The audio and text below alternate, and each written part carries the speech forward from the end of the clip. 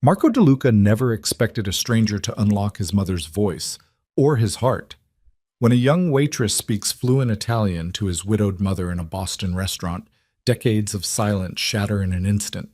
Lucia DeLuca, a woman who hasn't smiled in years, suddenly laughs like the girl she once was. Marco watches, transfixed, as this mysterious Elena Rossi awakens something he thought his world had killed: hope. But in his dangerous life, hope comes with a price, and loving someone means putting them in the crosshairs. If you're ready for a story about love that defies danger, tradition, and destiny itself, stay with me until the end. Hit that like button and comment with your city so I can see how far this story travels across the world. Net. The North End smelled like it always did on Thursday evenings: garlic, fresh bread, and the faint bitterness of espresso lingering in the autumn air.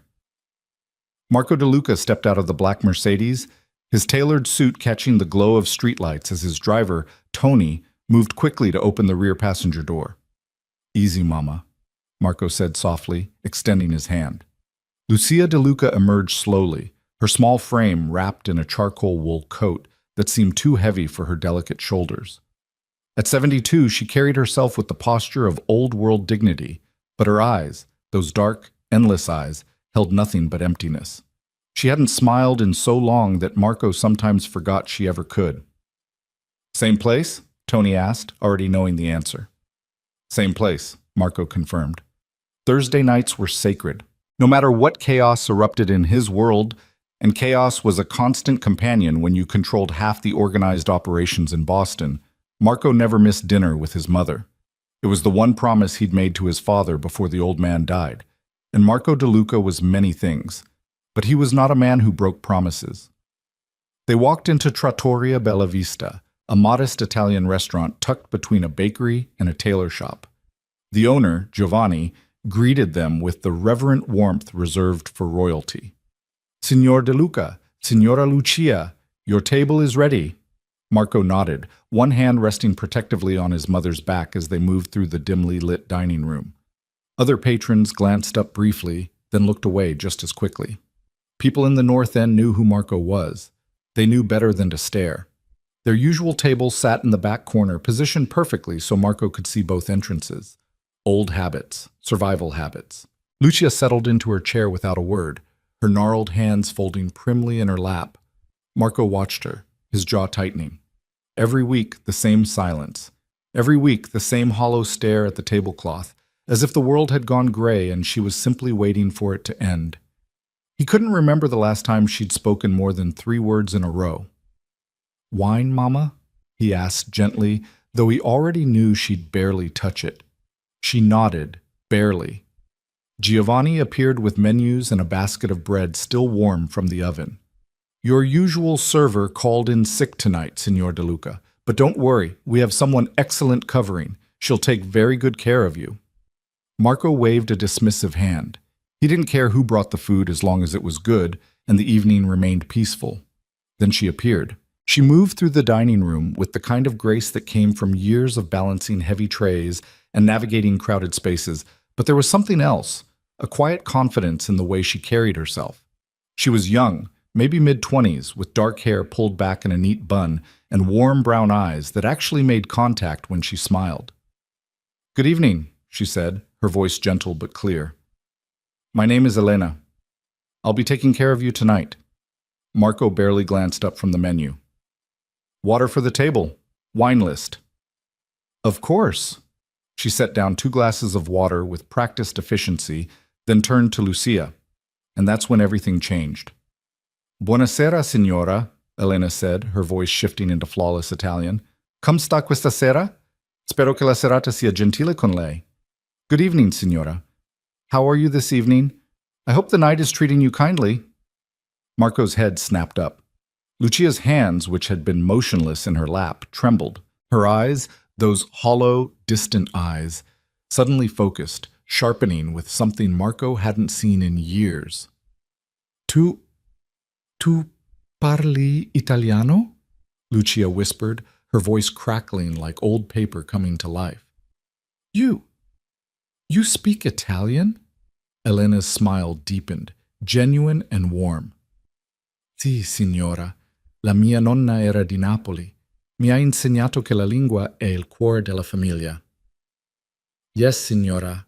My grandmother was from Naples. She taught me that language is the heart of family. Lucia's breath caught. Her hands rose slowly to her mouth, and for the first time in a decade, tears filled her eyes. Not tears of sorrow, but something else entirely. Napoli, she breathed. Anch'io sono di Napoli. Naples. I too. I am also from Naples. Marco sat frozen, his mind struggling to process what he was witnessing. His mother, this woman who barely spoke, who moved through life like a ghost, was suddenly animated, alive, leaning forward in her chair as if someone had just turned on a light inside her. Elena's expression softened with understanding. She pulled out her notepad but didn't look at it. Instead, she kept her eyes on Lucia, speaking with the kind of patience and respect that made Marco's chest tighten. Allora dobbiamo assicurarci che abbia un pasto degno di Napoli stasera, Elena said. Cosa desidera? Qualcosa che le ricorda casa. Then we must make sure you have a meal worthy of Naples tonight. What would you like? Something that reminds you of home? Lucia's hands were shaking now, but she was smiling, actually smiling, and the sight of it hit Marco like a physical blow. La parmigiana, Lucia said, her voice stronger now, clearer. Come la faceva mia madre, con le melanzane sottili, non troppo olio. The parmigiana, like my mother made it, with thin eggplant, not too much oil. Elena nodded seriously, as if receiving sacred instructions. Sottili e leggere. Capisco perfettamente. E per iniziare, forse una caprese?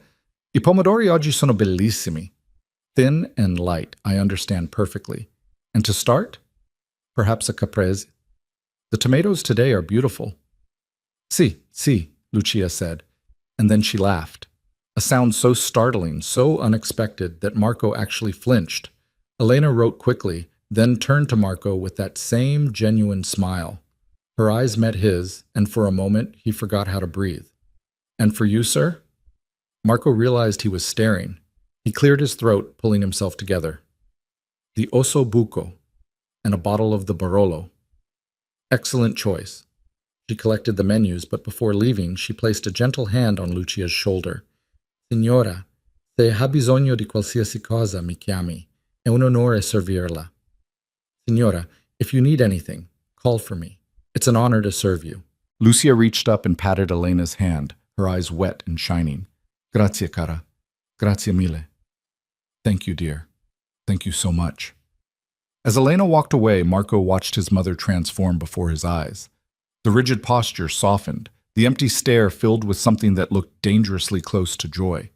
Lucia turned to him, and her smile, God, that smile, nearly broke him. Marco, she said in Italian, her voice trembling with emotion. Did you hear her? She speaks like home, like your nonna used to speak to me. Marco swallowed hard, his throat tight. I heard, Mama. She's a good girl. You can see it in her eyes. Lucia's hands fluttered to her napkin, smoothing it with sudden energy. She understands. The language, yes, but more than that. She understands what it means. Marco didn't know what to say. For 10 years since his father died, Lucia had been a shell. The grief had consumed her, turned her into a silent, fading woman who existed but didn't live. He tried everything, doctors, therapists, trips back to Italy. Nothing worked. Nothing reached her. Until tonight. Until a waitress in a Boston restaurant spoke a few words in Italian and unlocked something Marco had believed was lost forever. He found himself watching the kitchen door, waiting for Elena to return. When she did, carrying their appetizers with the same graceful efficiency, Lucia immediately brightened again, leaning forward like a flower turning toward the sun. Perfetto, Lucia said as Elena set down the caprese. Thick slices of mozzarella layered with ripe tomatoes and fresh basil, drizzled with golden olive oil. Solo il meglio per lei, signora, Elena replied with a warm smile. Only the best for you, signora. As she turned to leave, Marco heard himself speak. How long have you worked here? Elena paused, meeting his eyes with that same directness that unsettled him. 3 months. I'm putting myself through culinary school. Culinary school, Marco repeated, studying her more carefully now. She wasn't just going through the motions of a job.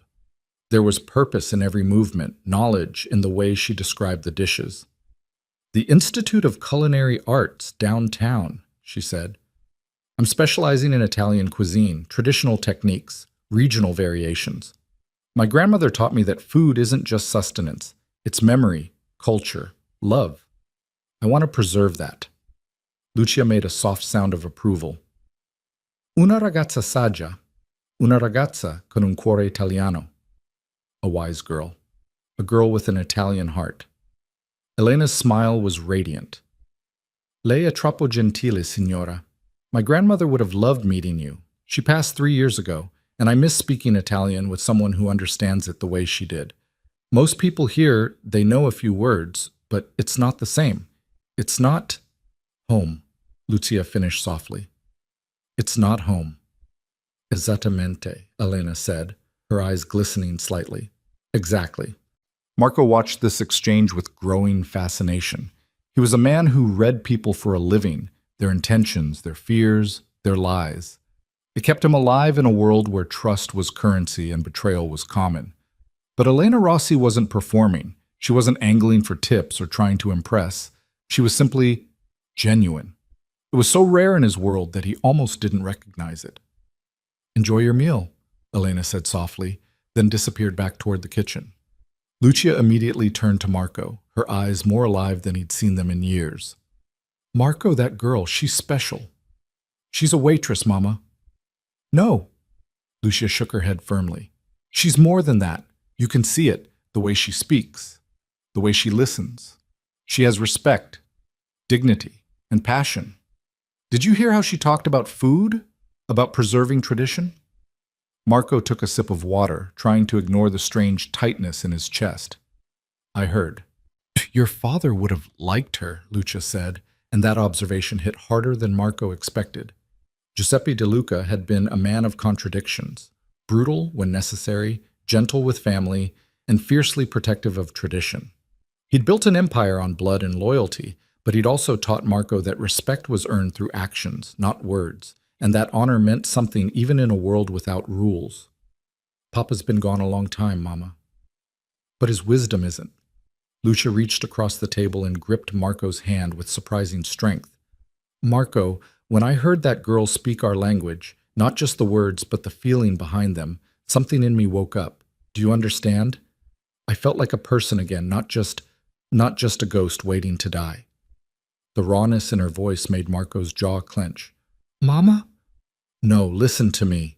Her grip tightened. For 10 years I've been lost. Everything reminds me of your father, of what I lost, and I couldn't find my way back. But tonight, hearing Italian spoken with love, with understanding, it reminded me that I'm still alive, that there's still beauty in the world. Marco's throat burned. He wanted to tell her that he'd been trying to give her that for years, that he'd done everything he could think of to bring her back. But the truth was undeniable. A stranger had accomplished in 5 minutes what he couldn't do in a decade, and that stranger was currently bringing their entrees. Ecco qui, Elena said warmly, setting down the eggplant parmigiana in front of Lucia with careful reverence. Exactly as you requested. Thin, light, and made with love. Lucia stared at the dish, and tears spilled down her cheeks. È perfetto. È come se mi avesse riportato a casa. It's perfect. It's like you brought me home. Elena's expression softened with understanding. She crouched down beside Lucia's chair, speaking quietly in Italian. Signora, home isn't just a place. It's a feeling, a memory, a taste. And it's always with you here. She placed a gentle hand over her own heart. Your mother's love, your grandmother's recipes, they live in you. I'm just helping you remember. Lucia sobbed once, then reached out and cupped Elena's face with both hands. Che bella ragazza, che cuore gentile. What a beautiful girl. What a kind heart. Marco watched, transfixed, as his mother, this woman who'd been unreachable for so long, connected with a complete stranger on a level he'd never managed to achieve. And Elena didn't pull away or seem uncomfortable. She simply held Lucia's hands and smiled with such genuine warmth that Marco felt something crack open inside his chest. When Elena finally stood and set down his ossobuco, their eyes met, and Marco saw something flicker there, curiosity, maybe, or recognition, something that suggested she saw past the expensive suit and the careful control. "Buon appetito," she said softly, then left them to their meal. Lucia ate with more enthusiasm than Marco had seen in years, pausing between bites to close her eyes and smile, as if savoring not just the food but the memories it evoked. "Marco," she said in Italian, her voice thick with emotion, "you have to promise me something." "Anything, Mama." "Promise me we'll come back here, every week. I want to see her again. I want to talk with her." Marco's first instinct was to refuse. Getting attached to people, especially civilians, was dangerous in his world. But looking at his mother's face, seeing actual life in her eyes for the first time in a decade, he found himself nodding. "We'll come back." "Bene," Lucia smiled and squeezed his hand. "And Marco? Maybe you should talk to her too, really talk to her, not just as a customer." "Mama, a mother knows," Lucia said firmly. "I saw how you looked at her, and I saw how she looked at you." Marco wanted to argue, but the truth was, he couldn't stop thinking about the way Elena's eyes had met his. Direct, unafraid, honest. In his world, people either feared him or wanted something from him. Elena Rossi seemed to do neither, and that made her dangerous in an entirely different way. When Elena returned to clear their plates, Lucia immediately engaged her in conversation, asking about her studies, her family, her dreams. Elena answered with patience and genuine interest, sitting on the edge of an empty chair at their table, as if she had all the time in the world. Marco learned that Elena lived in a small apartment in Alston with 2 roommates, that she worked 3 jobs to pay for culinary school because her family couldn't afford to help, that her grandfather had been a chef in Naples, and her grandmother had brought his recipes to America like precious cargo. "Food is memory," Elena said, her eyes distant with recollection. "My nonna used to say that every dish tells a story. The way you season it, the care you take with each ingredient, it all matters. When you cook for someone, you're not just feeding their body, you're nourishing their soul." Lucia nodded vigorously. "Esattamente. This is what I tried to teach Marco when he was a boy, but he was always too busy running around, making trouble." Elena's eyes shifted to Marco with undisguised amusement. "Making trouble? I find that hard to believe." "You'd be surprised," Marco said dryly, and was rewarded with a genuine laugh. The sound did something strange to his pulse. "What kind of trouble?" Elena asked, her eyes sparkling with curiosity. Marco caught himself wanting to tell her, wanting to see that smile widen, to hear that laugh again.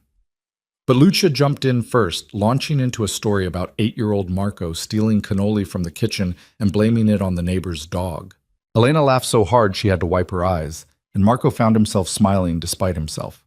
"I was a growing boy," he said defensively. "I needed the calories." "You needed discipline," Lucia corrected, but she was grinning.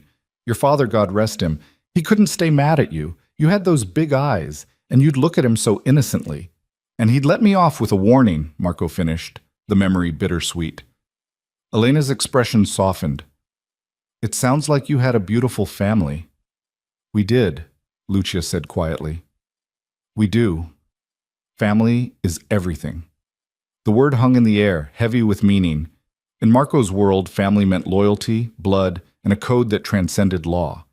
But sitting here, watching his mother smile and laugh with this young woman who'd appeared out of nowhere, he wondered if maybe family meant something simpler too. Maybe it meant connection, understanding, home. When the check came, Marco left twice the usual amount, but Elena barely glanced at it. She was too busy helping Lucia into her coat, speaking softly in Italian about a recipe for sfogliatelle that her grandmother used to make. "Next time you come, I'll bring you a sample," Elena promised. "I've been perfecting the technique." "I would love that," Lucia said, gripping both of Elena's hands. "Thank you, Cara. You've given me something precious tonight." Elena's eyes glistened. "The pleasure was mine, Signora. Truly."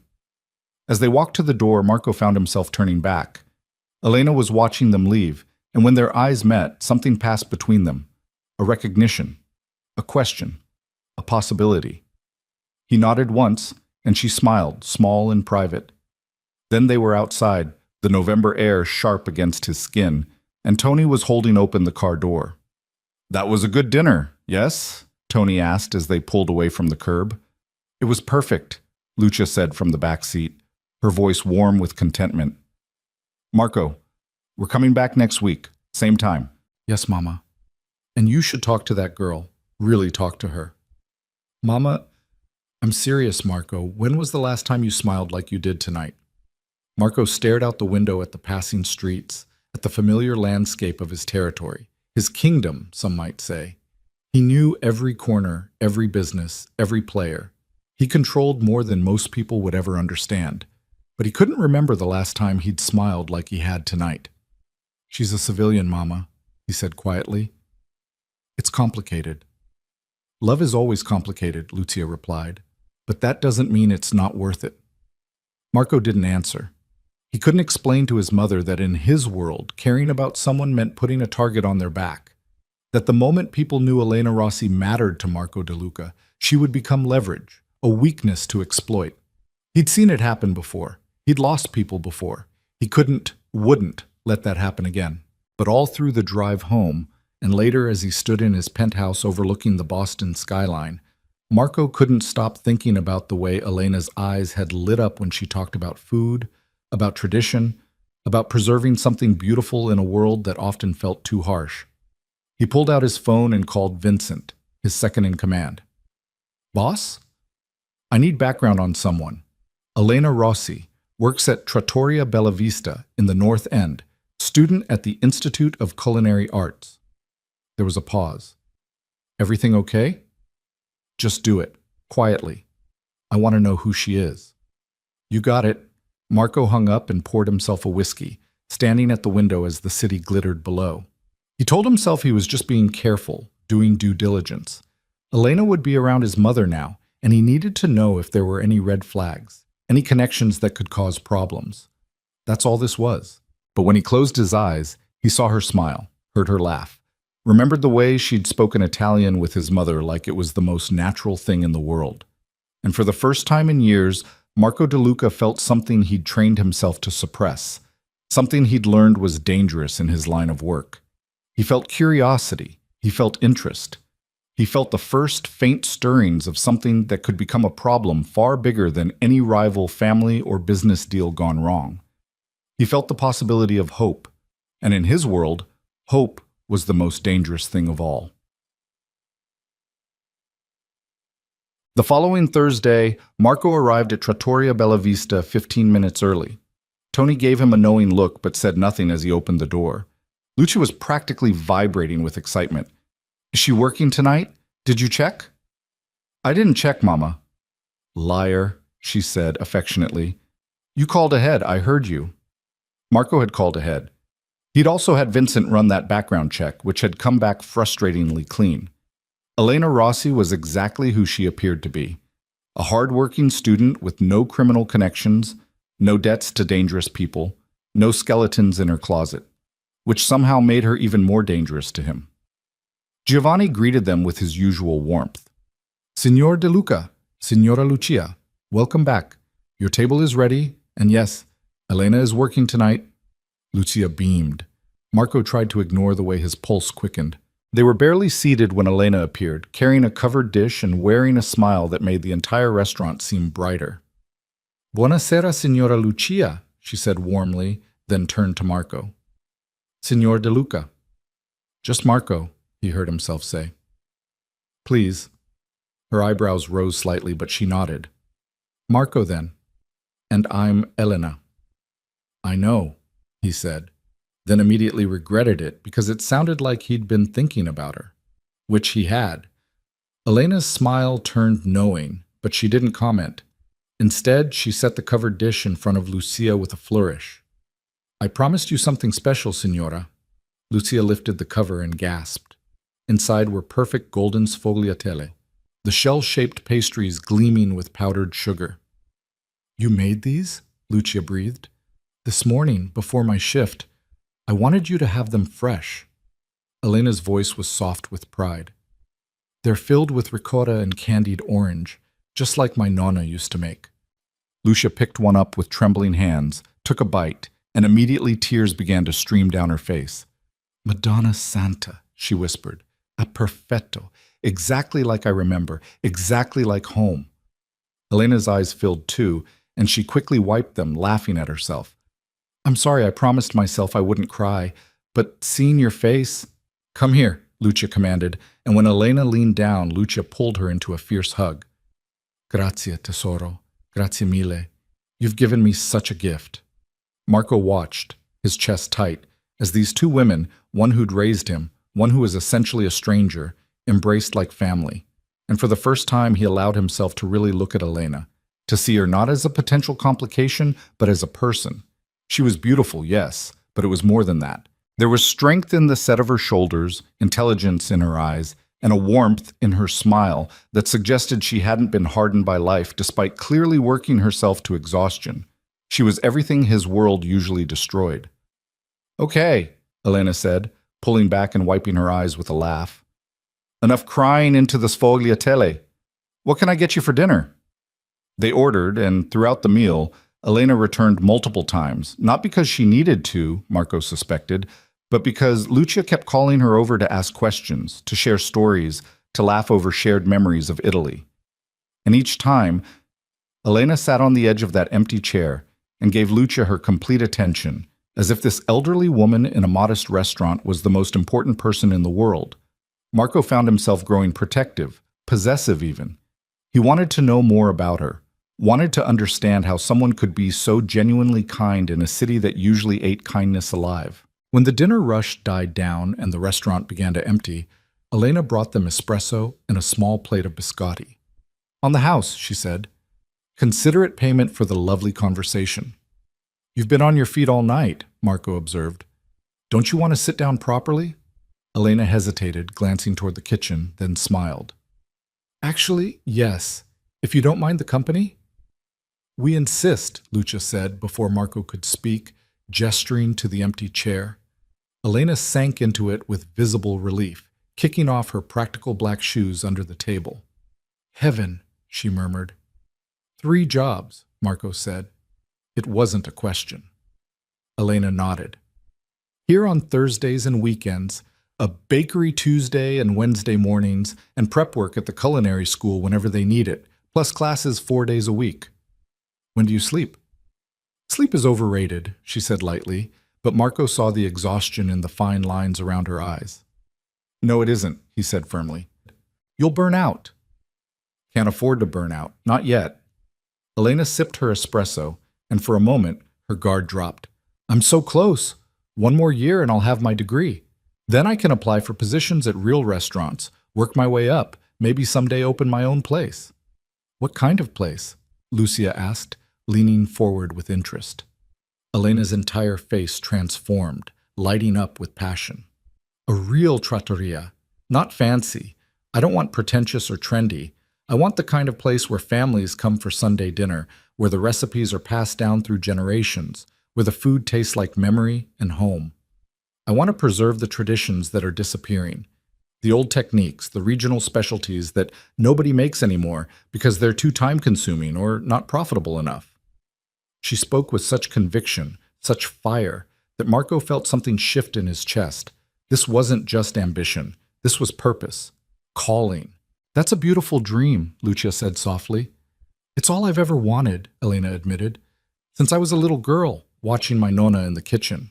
She'd let me help, rolling pasta, stirring sauce, learning the timing by feel instead of by recipe. She said cooking was like music. You could read all the sheet music in the world, but until you felt the rhythm in your soul, you'd never make real music. Wise woman, Marco said. The wisest. Elena's smile turned bittersweet. When she died, I promised her I'd keep the traditions alive, that I wouldn't let everything she taught me disappear into nothing. You honor her memory, Lucia said, reaching across to pat Elena's hand, and she would be so proud of you. They talked for another hour, about food, about Italy, about the North End, and how it had changed over the years. Marco mostly listened, content to watch his mother bloom under Elena's attention, to hear her laugh and argue and reminisce like she hadn't done in a decade. But he was also watching Elena, cataloging every expression, every gesture, every flash of passion when she talked about her work. When they finally stood to leave, Lucia hugged Elena again, holding on longer than necessary. "Same time next week?" Lucia asked hopefully. "I'll be here," Elena promised. Then her eyes shifted to Marco. "It was good to talk with you both, really good." "The pleasure was ours," Marco said, and meant it. As they walked to the car, Lucia was quiet for a long moment. Then she said, "Marco, I need to tell you something, and I need you to listen." "I'm listening, Mama." "That girl, Elena, she's special. And I don't just mean because she makes good sfogliatelle or speaks beautiful Italian." Lucia stopped, turning to face him on the sidewalk. "She reminds me what it feels like to be alive, to care about something beyond grief and loss. And I think maybe she could do the same for you." Marco's jaw tightened. "Mama, I can't." "I know what you do, Marco." Lucia's voice was gentle but firm. "I'm not a fool. I know your business isn't all legal. I know there are dangers, complications, but I also know that your father lived in that world, and he still found room for love, for family, for beauty. He didn't let the darkness consume everything. Papa was stronger than me." "No," Lucia said fiercely. "He was just braver. He was brave enough to love me even though he knew it made him vulnerable. And you know what? It was worth every risk, every moment of fear. Because love, real love, it doesn't make you weak, Marco. It makes you human." Marco looked down at his mother, this tiny woman who'd survived losing the love of her life in 10 years of gray half-existence, and felt his throat burn. "I don't want to put her in danger." "Then don't," Lucia said simply. "But don't avoid her because you're afraid either. Fear is a poor foundation for any life decision." They drove home in contemplative silence, and Marco spent the rest of the night staring at the city lights, thinking about danger and desire, fear and hope. He thought about the way Elena smiled, the passion in her voice, the kindness in her eyes. And he thought about his father's words, spoken years ago. "The men who live in darkness need beauty more than anyone, Marco. We need reminders that there's still light in the world, still things worth protecting. Don't ever forget that." Marco hadn't forgotten. He just stopped believing he deserved it. But now, for the first time in years, he was beginning to wonder if maybe, just maybe, he'd been wrong. The Thursday dinners became ritual, then necessity, then something Marco looked forward to with an intensity that should have worried him more than it did. Week after week, he and Lucia returned to Trattoria Bella Vista. Week after week, Elena greeted them with that warm smile and flawless Italian that made his mother's eyes shine. And week after week, Marco found himself staying later, talking longer, learning more about the woman who'd somehow become the brightest point in his carefully controlled world. He learned that Elena had grown up in Providence, the youngest of 4 children in a family that could barely afford rent, let alone culinary school. That her father had worked construction until a fall from scaffolding left him disabled. That her mother cleaned houses 16 hours a day to keep the family afloat. "They didn't understand why I wanted to cook professionally," Elena told them one night, her hands wrapped around an espresso cup. "To them, cooking was just something you did to survive. They wanted me to be a nurse or a teacher, something stable, with benefits and a retirement plan." "But you chose this anyway," Marco said. "I had to." Elena's eyes grew distant. "My nonna, she used to say that some people are born with their calling written on their soul. You can ignore it, suppress it, try to be practical, but it never goes away. It just makes you hollow inside." Lucia nodded emphatically. She was right. You cannot deny your purpose without denying yourself. "Exactly," Elena said softly. "So I took out loans I'll probably be paying off until I'm 50, and I work myself half to death, and some days I'm so tired I want to cry. But when I'm in the kitchen, when my hands are in dough or I'm tasting a sauce and adjusting the seasoning, that's when I feel like myself. That's when I feel alive." Marco understood that feeling more than he could say. His own calling hadn't been chosen so much as inherited, a legacy of blood and loyalty that had shaped his life before he was old enough to question it. But he knew what it meant to feel alive in the work, to find purpose in the chaos. "Your family must be proud now," Lucia said, "seeing how hard you work, how talented you are. Elena's smile turned sad. They still don't really get it. They see me exhausted all the time, struggling to pay rent, and they think I'm wasting my life chasing an impossible dream. We don't talk much anymore. Something in Marco's chest tightened. That's their loss. Elena's eyes met his, surprised by the vehemence in his tone. Thank you. That means more than you know. The moment stretched between them, charged with something Marco didn't want to name. Then Giovanni appeared with their food, and the spell broke. But the awareness remained. It remained through dinner, through Lucia's stories, and Elena's laughter. It remained when Elena sat with them during her break, her shoes kicked off under the table, her exhaustion evident in the slope of her shoulders.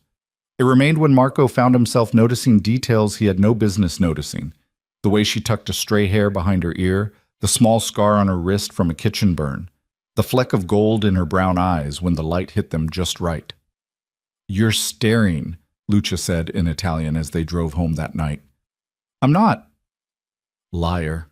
But she was smiling. "She likes you too, you know."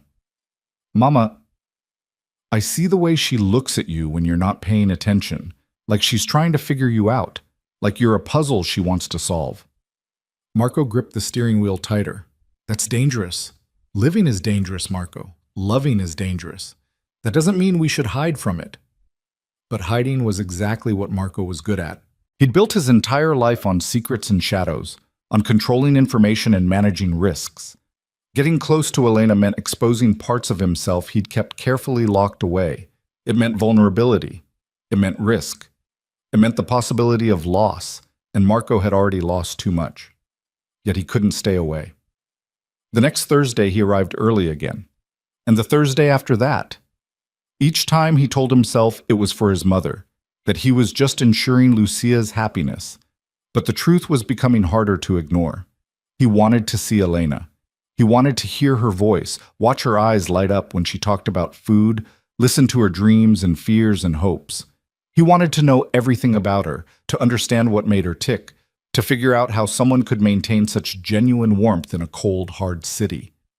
"You should ask her out," Vincent said one afternoon as they reviewed business in Marco's office. Marco looked up sharply. "Excuse me?" "The girl from the restaurant, Elena." Vincent leaned back in his chair, supremely unconcerned with Marco's dangerous tone. "Boss, I've known you 15 years. I've never seen you like this over a woman." "There's nothing to be like. She's just someone who makes you smile," Vincent interrupted. "Someone who makes you human instead of just the boss. Someone who's good for you." "Someone who could get hurt because of me," Marco said flatly. Vincent's expression sobered. "That's always the risk, but keeping everyone at arm's length doesn't make you safer, Marco. It just makes you lonely." The words hit harder than they should have. Marco dismissed Vincent with a wave and spent the rest of the afternoon trying to focus on business, on the legitimate deals that kept his operations running and the less legitimate ones that kept his power intact. But his mind kept wandering back to Thursday nights, to warm brown eyes and genuine laughter, to the way Elena's hands moved when she described cooking techniques, like conducting music only she could hear. That Thursday, Marco made a decision. When Elena brought their espresso and settled into her usual chair, he said, "Tell me about your final project." She blinked, surprised. "My what?" "Your culinary program. You said you're in your last year. There must be a final project, a thesis of some kind." Elena's face lit up exactly the way he'd anticipated. "There is. We have to design and execute a complete tasting menu, 6 courses that tell a cohesive story, demonstrate mastery of technique, and showcase our individual style." "What's your story?" Lucia asked, leaning forward with interest. "Migration," Elena said, her voice growing animated. "I want to tell the story of Italian immigration through food, starting with what people brought with them, the recipes, the traditions, the memories of home, then showing how those traditions adapted to American ingredients and tastes, and finally demonstrating how the cuisine evolved into something new, neither purely Italian nor purely American, but a beautiful hybrid that honors both." Marco found himself completely absorbed as she described each course, the antipasto representing what immigrants carried in their hearts, The primi showing adaptation and resourcefulness, the secondi celebrating the blending of cultures. It's ambitious, Elena admitted.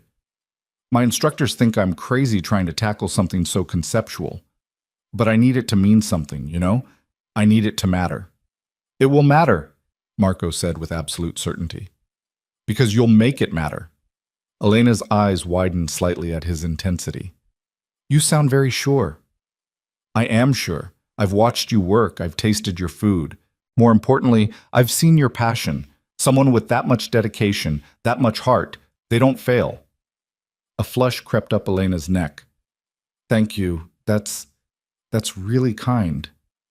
It's not kind, it's honest. The air between them seemed to thicken, charged with unspoken things. Lucia cleared her throat delicately. When is this presentation? She asked. 3 months. End of February.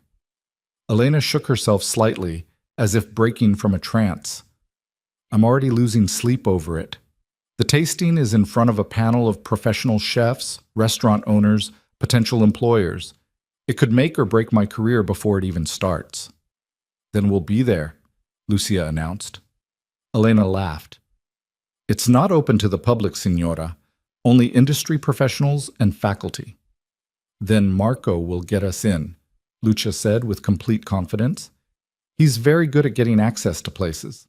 Marco shot his mother a warning look, but she ignored it serenely. I appreciate the sentiment, Elena said, smiling. But honestly, I'd probably be too nervous with you watching. I'd burn something or drop a plate. You wouldn't, Marco said. You're too skilled for that. Elena's blush deepened. You don't know that. You've never seen me in a real kitchen. Then show me. The words were out before Marco could stop them. Elena stared at him, and Lucia's eyebrows rose nearly to her hairline. What? Elena said faintly. Marco should have backed down, should have made a joke, changed the subject, retreated to safer ground. Instead, he doubled down. Show me your kitchen, your school. Let me see where you work, where you create. I want to understand what you do. Elena seemed flustered, uncertain. It's not that interesting. Just a teaching kitchen with industrial equipment and stressed students. It's interesting to me. They stared at each other across the table, and Marco could feel Lucia's delighted smile even without looking at her. Okay, Elena said finally, softly. Okay. I have a practice session scheduled for Sunday afternoon. If you really want to watch someone make pasta for 3 hours, you're welcome to come. I'll be there. Me too, Lucia added quickly. Elena laughed, the tension breaking. All right then, Sunday at 2. I'll text you the address. She paused. Actually, I don't have your number. Marco pulled out his phone before he could overthink it. Give me yours. She rattled it off, and he typed it in, then sent her a message. Marco De Luca. Elena's phone buzzed in her apron pocket. She pulled it out, checked the message, and her smile turned shy. Got it. Good. Marco stood, helping Lucia with her coat. We'll see you Sunday. As they walked to the car, Lucia practically hummed with satisfaction. Well, that was forward of you.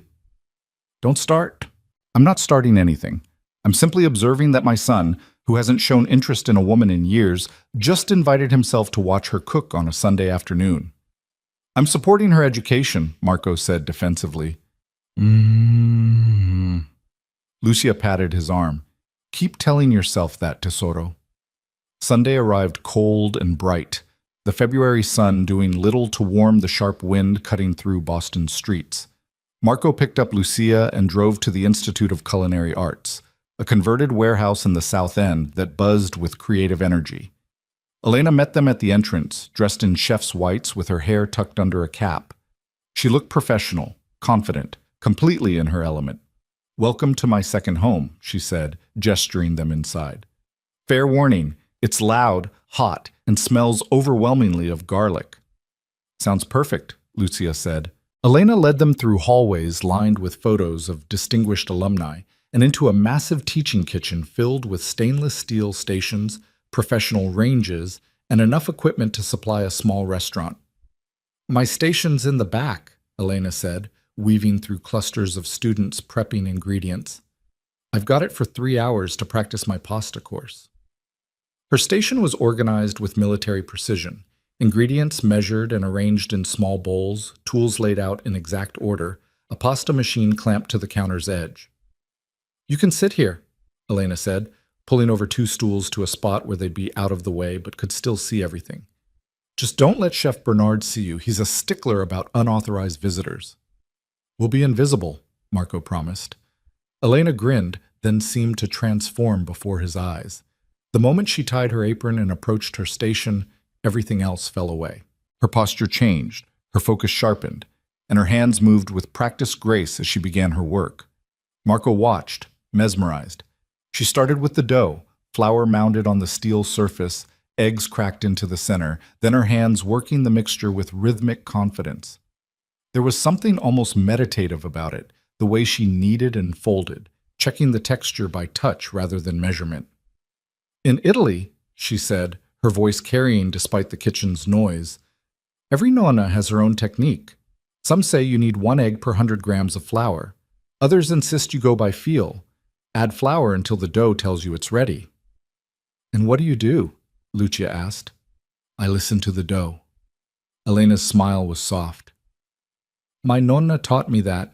She'd say the ingredients speak if you pay attention. Too dry, and the dough feels tight, resistant.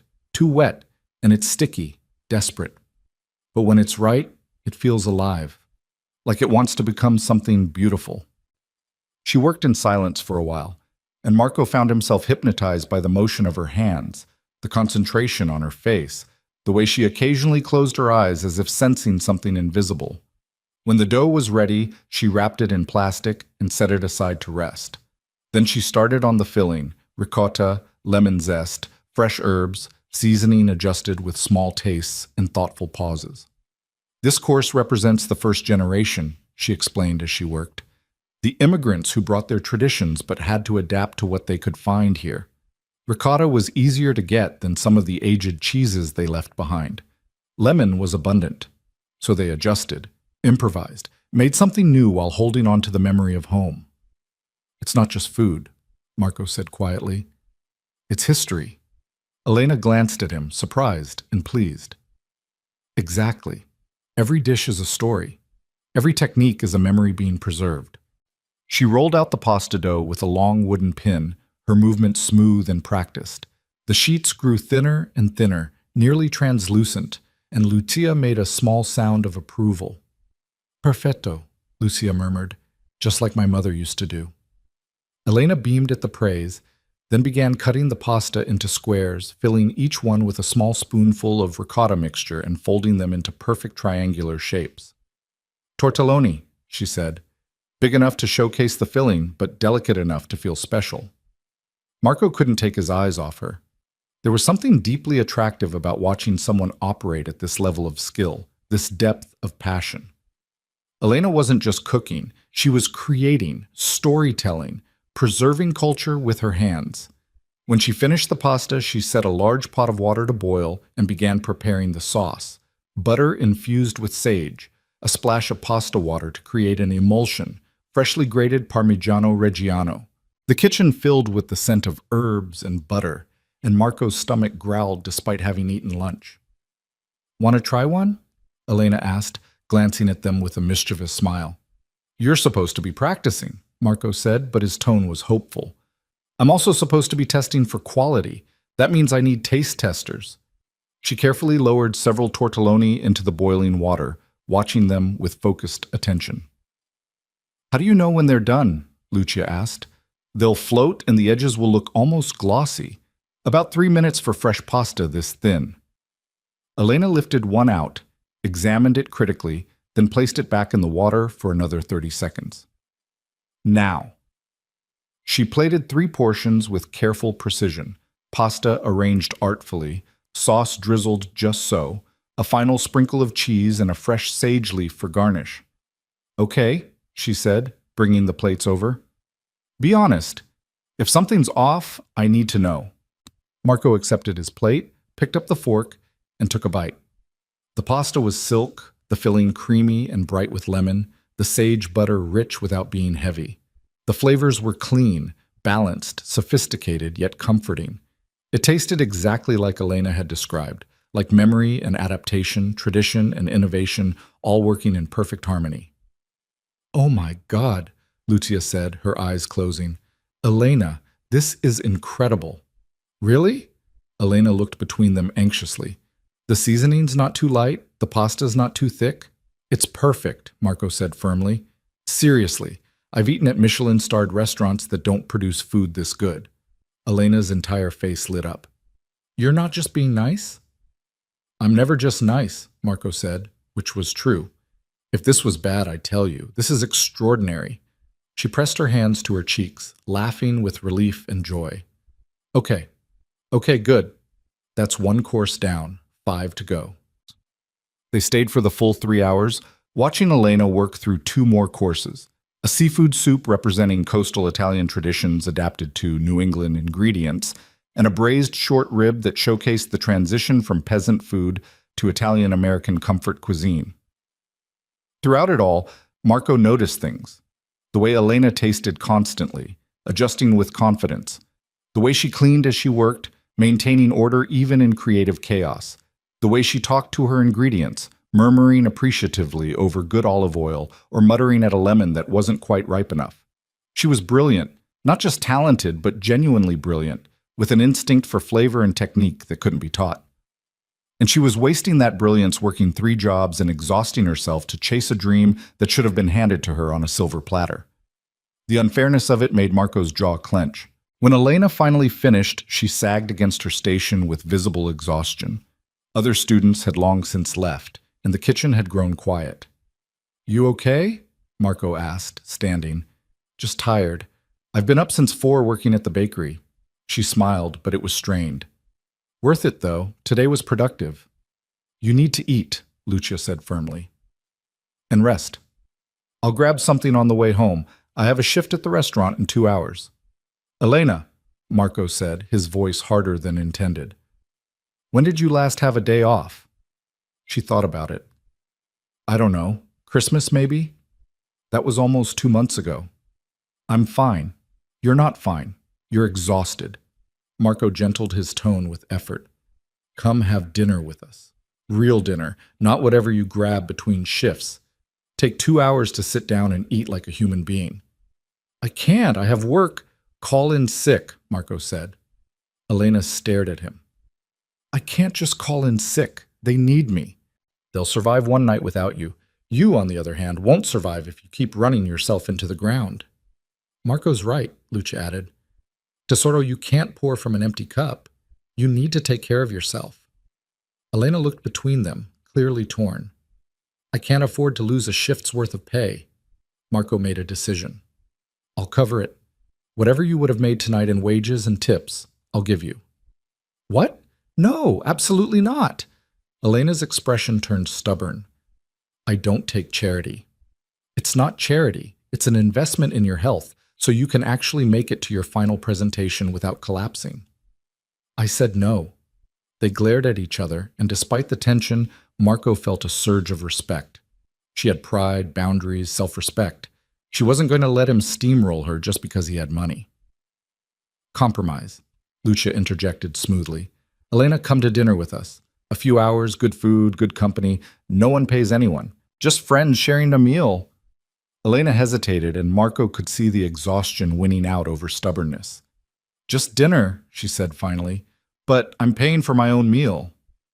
"Deal," Marco lied, already planning to settle the bill before she could protest. They ended up at a small trattoria in the North End, not Bella Vista, somewhere quieter where they could talk without interruption. Elena had changed out of her chef's whites into jeans and a soft sweater, her hair loose around her shoulders for the first time Marco had seen. She looked younger like this, more vulnerable, beautiful in a way that made his chest ache. Over wine and food, neither he nor Elena had to cook. They talked, really talked. The kind of deep conversation that usually took months to build toward. Elena told them about growing up poor but loved, about watching her father struggle with pain and depression after his injury, about her mother's quiet strength and endless sacrifices. "I used to feel guilty," she admitted, swirling wine in her glass. "My parents worked so hard just to survive, and here I was, chasing this dream that seemed so frivolous, cooking, when there were bills to pay and real problems to solve. Cooking isn't frivolous, Lucia said fiercely. It's culture. It's love. It's how we nourish each other, body and soul. I know that now, but for a long time I couldn't shake the feeling that I was being selfish. Elena's eyes grew distant. My nonna was the one who convinced me otherwise. She said that preserving beauty in the world is never selfish. She said that in times of hardship, we need beauty more than ever. We need reminders that life can be more than just survival. Marco's throat tightened. His father had said almost exactly the same thing. Your nonna was wise, he said quietly. She was everything. Elena's smile turned sad. When she died, I thought about giving up, quitting school, getting a regular job, being practical like my parents wanted. But then I realized, if I quit, her legacy dies with me. All those recipes, all that knowledge, all that love she poured into teaching me, it would just disappear, and I couldn't let that happen. So you carry her forward, Marco said, in everything you cook, every technique you preserve, every student you'll teach someday. She lives on through you. Elena's eyes glistened. That's exactly it. That's exactly what I'm trying to do. They held each other's gaze across the table, and something shifted between them, something deep and fundamental, like recognizing a kindred spirit in an unexpected place. Lucia watched them both with satisfaction, then excused herself to use the restroom, leaving them alone. The silence that fell wasn't uncomfortable, but it was charged with awareness. Thank you, Elena said finally. For today. For coming to watch me cook, for this dinner, for understanding what I'm trying to do. It means more than you know. You don't have to thank me. I wanted to be there. Why? The question was gentle, curious. I mean, I'm just a waitress trying to get through school. She gestured vaguely. You're clearly successful, important. You don't have to spend your Sundays watching students make pasta. Marco considered his answer carefully. My mother was disappearing. For 10 years after my father died, she was just fading away. And then you spoke Italian to her and something woke up. You gave her back something I thought was lost forever. Marco, let me finish. He leaned forward, needing her to understand. You didn't just speak Italian. You listened to her. You saw her as a person, not just an old woman taking up a table. You honored her memories, her culture, her existence. Do you have any idea how rare that is? Elena's eyes were wide, shining in the candlelight. You made her feel alive again, Marco continued, his voice rough with emotion. And watching you do that, seeing your passion and kindness and brilliance, it reminded me that there's still beauty in the world, still things worth protecting. So no, you're not just anything. You're extraordinary. And spending time with you isn't an obligation. It's a privilege. The silence stretched between them, heavy with everything unsaid. I don't know what to say to that, Elena whispered. You don't have to say anything. I want to, though. I want you to know that these Thursday dinners, they've become the best part of my week. Your mother is wonderful, and you... She paused, seeming to gather courage. You're not what I expected. What did you expect? I don't know. Someone more closed off, I guess. More distant. But you listen when I talk about food. You ask real questions. You see me. Her voice dropped. That's rare, too. Marco's heart hammered against his ribs. He wanted to reach across the table, take her hand, close the distance between them. But Lucia was returning, and besides, he wasn't sure he had the right. His world was dangerous. His life was complicated. And Elena deserved simplicity, safety, someone who could love her without putting her at risk. But God, he wanted to try anyway. The evening wound down too quickly. Marco paid the bill while Elena was distracted, earning an exasperated but fond look when she realized what he'd done. You're impossible, she said. So I've been told. He drove them back to Elena's neighborhood, a slightly rough area of Alston where the buildings needed paint and the streetlights flickered. This is me, Elena said, pointing to a converted triple-decker with sagging steps. Marco's protective instincts flared. You walk home alone at night after your shifts? Usually. It's fine. It's not fine. He was already making mental notes.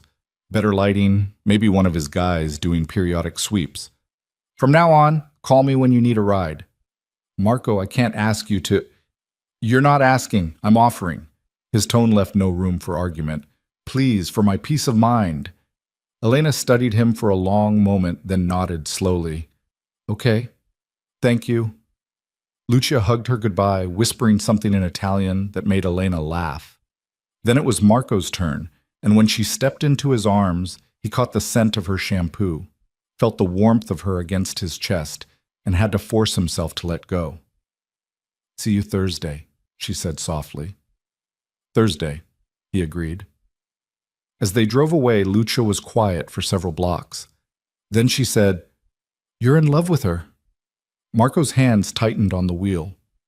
Mama, don't deny it. I see it in your eyes. I hear it in your voice.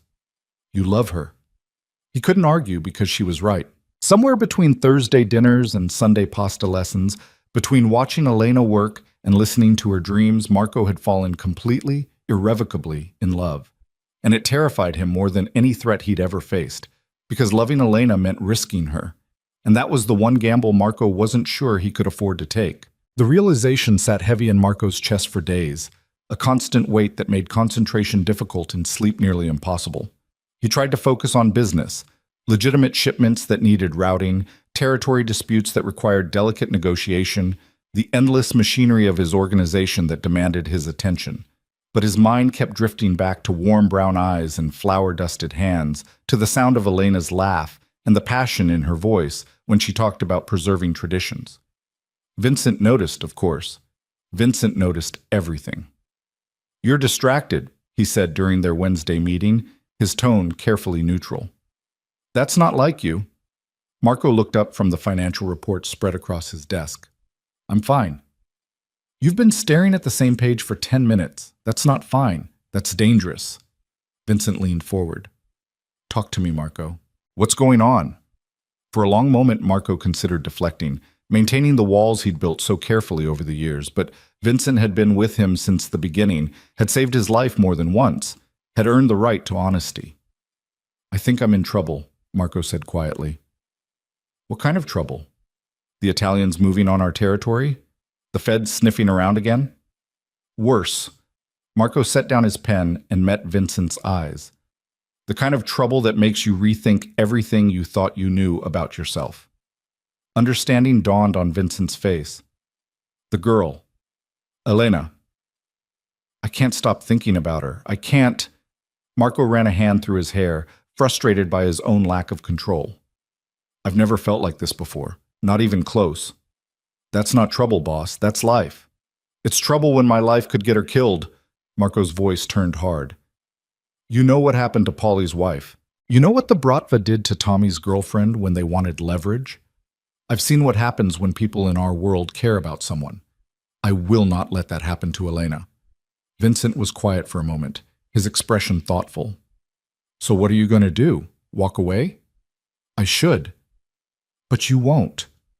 I don't think I can. The admission felt like defeat and liberation all at once. And that makes me weak. That makes me a liability. No, Vincent said firmly. That makes you human. Marco, your father loved your mother desperately, and he never let that love make him weak. If anything, it made him stronger. It gave him something to fight for beyond power and money. My father was better at this than I am. Your father was just as scared as you are. I remember, I was there when you were born, remember? Giuseppe paced outside that hospital room like a caged animal, terrified that having a family would make him vulnerable. But you know what he told me afterward? Marco shook his head. He said that holding you for the first time, he finally understood what it meant to have something worth dying for, worth living for. That love didn't make him weak. It made him dangerous because now he had stakes that went beyond himself. The words settled into Marco's bones, resonating with something deep and fundamental. So what do I do? He asked quietly. You be careful. You be smart. And you decide if she's worth the risk. Vincent stood, preparing to leave. But Marco, from what I've seen, she's absolutely worth it. Just don't wait too long to tell her the truth about who you are. That kind of secret always comes out, and it's better if it comes from you." After Vincent left, Marco sat alone in his office, staring out at the city sprawling below.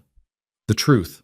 How did you tell someone like Elena, someone good and honest and pure, that the man she was growing close to controlled half the organized crime in Boston? That his money came from protection rackets and illegal gambling, from operations that existed in the shadows? She'd run. Of course she'd run. She'd look at him with horror instead of warmth, and that would be the end of it. Unless he changed things, unless he started transitioning the business into something legitimate, something that wouldn't make her look at him with disgust. The idea took root quickly, growing with the kind of intensity Marco usually reserved for business strategies. It wouldn't be easy. Organizations like his didn't go legitimate overnight. But it was possible. Other families had done it, slowly divesting from criminal operations and investing in legal businesses. It took time, planning, and careful maneuvering to avoid creating power vacuums that invited violence. But for Elena, it might be worth it. For the first time in his life, Marco had a reason to want something beyond power and control. Thursday arrived with cold rain that turned Boston's streets into rivers of gray slush. Marco picked up Lucia early, both of them more eager than usual for the warmth of Trattoria Bella Vista and the brighter warmth of Elena's presence. But when they arrived, something felt wrong.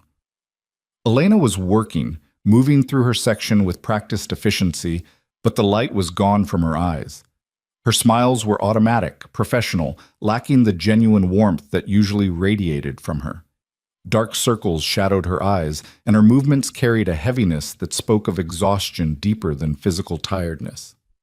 "Something's wrong," Lucia whispered as they settled at their table. Marco had already noticed. Every protective instinct he possessed was on high alert, screaming that something had hurt her. When Elena approached their table, she managed a smile that didn't reach her eyes. "Buonasera, Signora Lucia, Marco." "The usual?" "What happened?" Marco asked, his voice coming out sharper than intended. "Nothing, just tired." But her hand trembled slightly as she wrote on her notepad. "Elena." Lucia's voice was gentle but firm. "Cara, talk to us. We can see you're upset." For a moment, Elena's composure cracked. Her eyes filled with tears. She blinked back quickly, and when she spoke, her voice was barely above a whisper. "I got my evaluation back from my thesis advisor." She swallowed hard. "He said my concept is too ambitious, that I'm trying to do too much. He wants me to simplify the menu, make it more conventional, more marketable." "But that defeats the entire purpose," Marco said, anger rising in his chest. "I know. I tried to explain that the complexity is the point, that the story requires all 6 courses to work together. But he said if I don't revise, he can't guarantee I'll pass." A single tear escaped, tracking down her cheek. "I've worked so hard on this. I've poured everything into it, and now I have to choose between my vision and my degree." Lucia made a sound of distress, reaching across the table to grasp Elena's hand. "That's not fair. Not fair at all." "Life isn't fair," Elena said, her voice breaking slightly. "I should know that by now." Marco felt rage building in his chest. Not the cold, calculated anger he used in business, but something hotter, more personal. Some academic bureaucrat who'd never worked 3 jobs or fought for a dream was trying to crush Elena's passion, to force her into a safe, marketable box that would kill everything unique about her vision. "What's his name?" Marco asked, his tone dangerous. Elena looked at him sharply. "Why?" "Because I want to know who's responsible for making you cry." "Marco, no. Whatever you're thinking, don't." Elena pulled her hand back, her expression shifting to something like alarm. "I appreciate that you're upset on my behalf, but this is my problem to solve. I don't need you to fix it." "I'm not trying to fix it. I'm trying to help." "By doing what? Intimidating my professor? That's not help. That's—" She stopped, seeming to catch herself. "Look, I need this job. I need to work. Can we please just do our normal dinner and pretend everything's okay?" She walked away before Marco could respond, leaving him and Lucia staring at each other across the table. "She's protecting you," Lucia said softly. "She doesn't want you involved because she's afraid you'll make things worse." "Or because she's afraid of what I might do," Marco said grimly. Throughout dinner, Marco watched Elena work, saw the exhaustion in every movement, the defeat in the slope of her shoulders. It was wrong. Everything about it was wrong. Someone with her talent, her passion, her dedication, she should be celebrated, encouraged, supported, not beaten down by small-minded academics who valued conformity over brilliance. When Elena brought their espresso, Marco made a decision. "Take your break," he said. "Sit with us." "I can't. We're busy tonight." "5 minutes," Marco interrupted. "Please." Something in his tone made her pause. She glanced around the dining room, then nodded slowly and sank into the empty chair. For a moment, no one spoke. Then Marco said, "Tell me about your advisor. Not his name. I respect that you don't want me involved. But tell me about him, about the situation." Elena sighed, her resistance crumbling. "Professor Bernard. He's been teaching at the Institute for 20 years. Very traditional, very French classical technique. He thinks Italian cuisine is too rustic, not refined enough for fine dining." "So he's a snob," Lucia said flatly. A ghost of a smile crossed Elena's face. "Basically, but he's also the head of the program, and his recommendation carries weight. If he says my thesis isn't good enough, other faculty will listen." "What about the other professors?" Marco asked. "Surely someone sees the value in what you're doing." "Chef Maria does. She's Italian, teaches regional cuisine. She loves my concept, but she's junior faculty, and Bernard outranks her." Elena rubbed her eyes tiredly. "I could fight it. I could insist on doing my original vision and hope the tasting panel sees past Bernard's critique. But if I'm wrong, if they agree with him, I fail. And I can't afford to fail. I have loans, obligations, a family counting on me to finish what I started." "So you compromise your vision to guarantee passing," Marco said, understanding the calculation even as he hated it. "I don't have a choice." "There's always a choice." "Not when you're poor." Elena's voice turned sharp, edged with frustration. "Not when failure means wasting years of work and going into debt with nothing to show for it. You don't understand what that's like, Marco. You can afford to take risks. I can't." The words hit harder than she probably intended. She was right. Marco had been born into privilege, had inherited wealth and power that gave him options most people never had. He'd never had to choose between his dreams and survival, but he could help her avoid that choice. "What if you didn't have to compromise?" he said carefully. Elena's eyes narrowed. "What do you mean? What if you had another option? Another way to showcase your work without needing Bernard's approval?" "Marco, hear me out." He leaned forward, his mind already working through possibilities. "You said the tasting is in front of industry professionals, restaurant owners, chefs, potential employers. What if you had someone willing to back you independently? Someone who believed in your vision enough to invest in it?" "You," Elena said flatly, "you're talking about yourself." "I know people. I could make calls, get the right people to your tasting. People who appreciate innovation, who value tradition and storytelling in food. People who could offer you opportunities regardless of what Bernard thinks." "No." Elena stood abruptly. "Absolutely not." "No, Marco. I appreciate what you're trying to do, but I won't be bought. I won't owe my success to connections or favors or whatever this is." Her voice shook with emotion. "I need to earn this. On my own terms, with my own work. Otherwise, it doesn't mean anything." She walked away, leaving Marco staring after her with a mixture of frustration and admiration. "She has pride," Lucia observed, "like someone else I know." "This is different. She's sacrificing her dreams because of pride." "No, she's protecting her integrity. There's a difference." Lucia covered his hand with hers. "Marco, you can't fix this for her. She has to find her own way. Even if it means watching her settle for less than she deserves? Even then. Because the moment you take that choice away from her, you stop seeing her as an equal. You make her a project, someone to rescue. Is that really what you want?" Marco slumped back in his chair, torn between his desire to help and his growing understanding that Elena needed to fight this battle herself. But that didn't mean he couldn't work behind the scenes. Over the next 2 weeks, Marco made quiet inquiries. He learned that Professor Bernard had a reputation for crushing students who didn't conform to his vision. that several talented chefs had left the program because of his rigid approach. He also learned that the Institute's board of directors had been discussing the need for fresh perspectives in the faculty, that Bernard's methods were increasingly seen as outdated. Information was power, and Marco knew how to use it. He didn't threaten Bernard, didn't lean on him or anyone else at the Institute. Instead, he had Vincent make a generous anonymous donation to the school's scholarship fund, earmarked specifically for students pursuing innovative approaches to traditional cuisine. He arranged for several respected Italian chefs, people he'd grown up around, whose families had known his family, to be invited to the final tasting event as guest judges. He laid groundwork, created opportunities, but left the execution entirely to Elena. Because Lucia was right.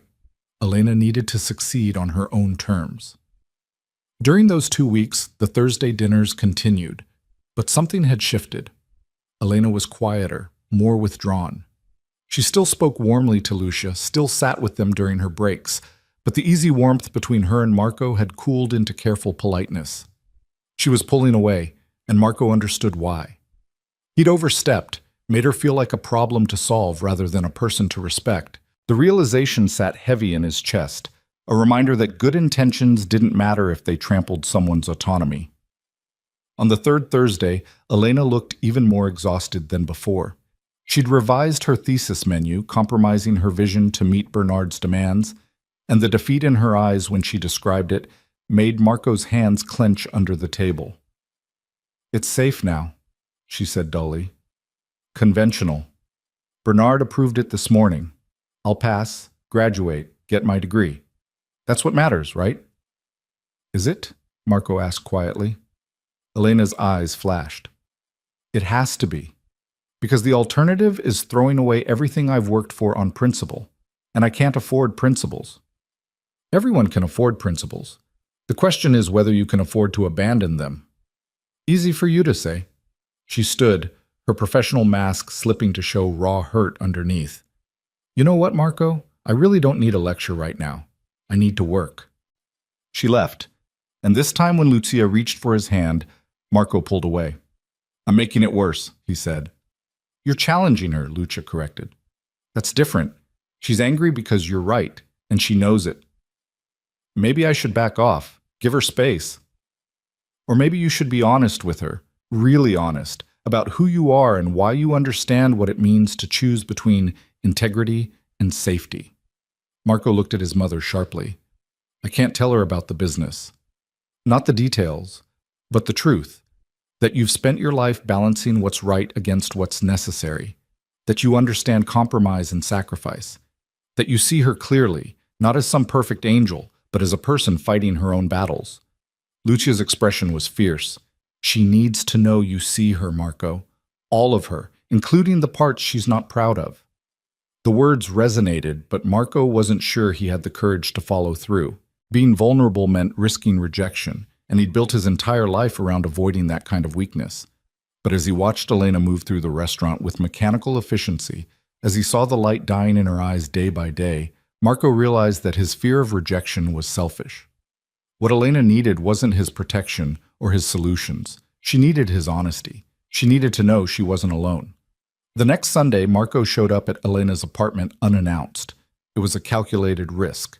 She could slam the door in his face, could tell him to leave her alone, but he was willing to take that chance. She answered on the third knock, wearing sweatpants and an oversized sweater, her hair pulled back in a messy bun. Surprise flickered across her face, followed by wariness. "Marco, what are you doing here?" "I need to talk to you, really talk to you, not across a restaurant table with your professional mask on." She hesitated, then stepped back to let him in. The apartment was small, cramped, shared with 2 roommates who thankfully seemed to be out. But it was clean, organized, with herbs growing in pots on the windowsill and the scent of fresh bread lingering in the air. "Did you bake?" Marco asked. "Couldn't sleep. I bake when I'm stressed." Elena gestured to the small kitchen table. "Sit, I'll make coffee." They moved around each other carefully, the air thick with unspoken tension. When they were finally settled with steaming mugs, Elena looked at him expectantly. "So, talk." Marco took a breath, then dove in. "I owe you an apology." When you told me about your thesis advisor, my first instinct was to fix it, to use my connections, my resources, my power to solve your problem. And that was wrong. Okay, Elena said cautiously. I wasn't respecting your agency. I was treating you like something broken that needed saving, and you're not broken. You're brilliant and strong and fighting battles I can't even imagine. He met her eyes steadily. I'm sorry for making you feel like I didn't see that. Some of the tension left Elena's shoulders. Thank you. That actually means a lot. But I also need you to understand something. Marco set down his coffee, choosing his next words carefully. My whole life, I've had power. I've had resources and connections and the ability to make things happen. And I've used that power to protect the people I care about, to solve problems, to control outcomes. It's what I do. It's who I am. I understand that. Let me finish. He held up a hand. For the first time, I've met someone who doesn't want me to use that power on her behalf.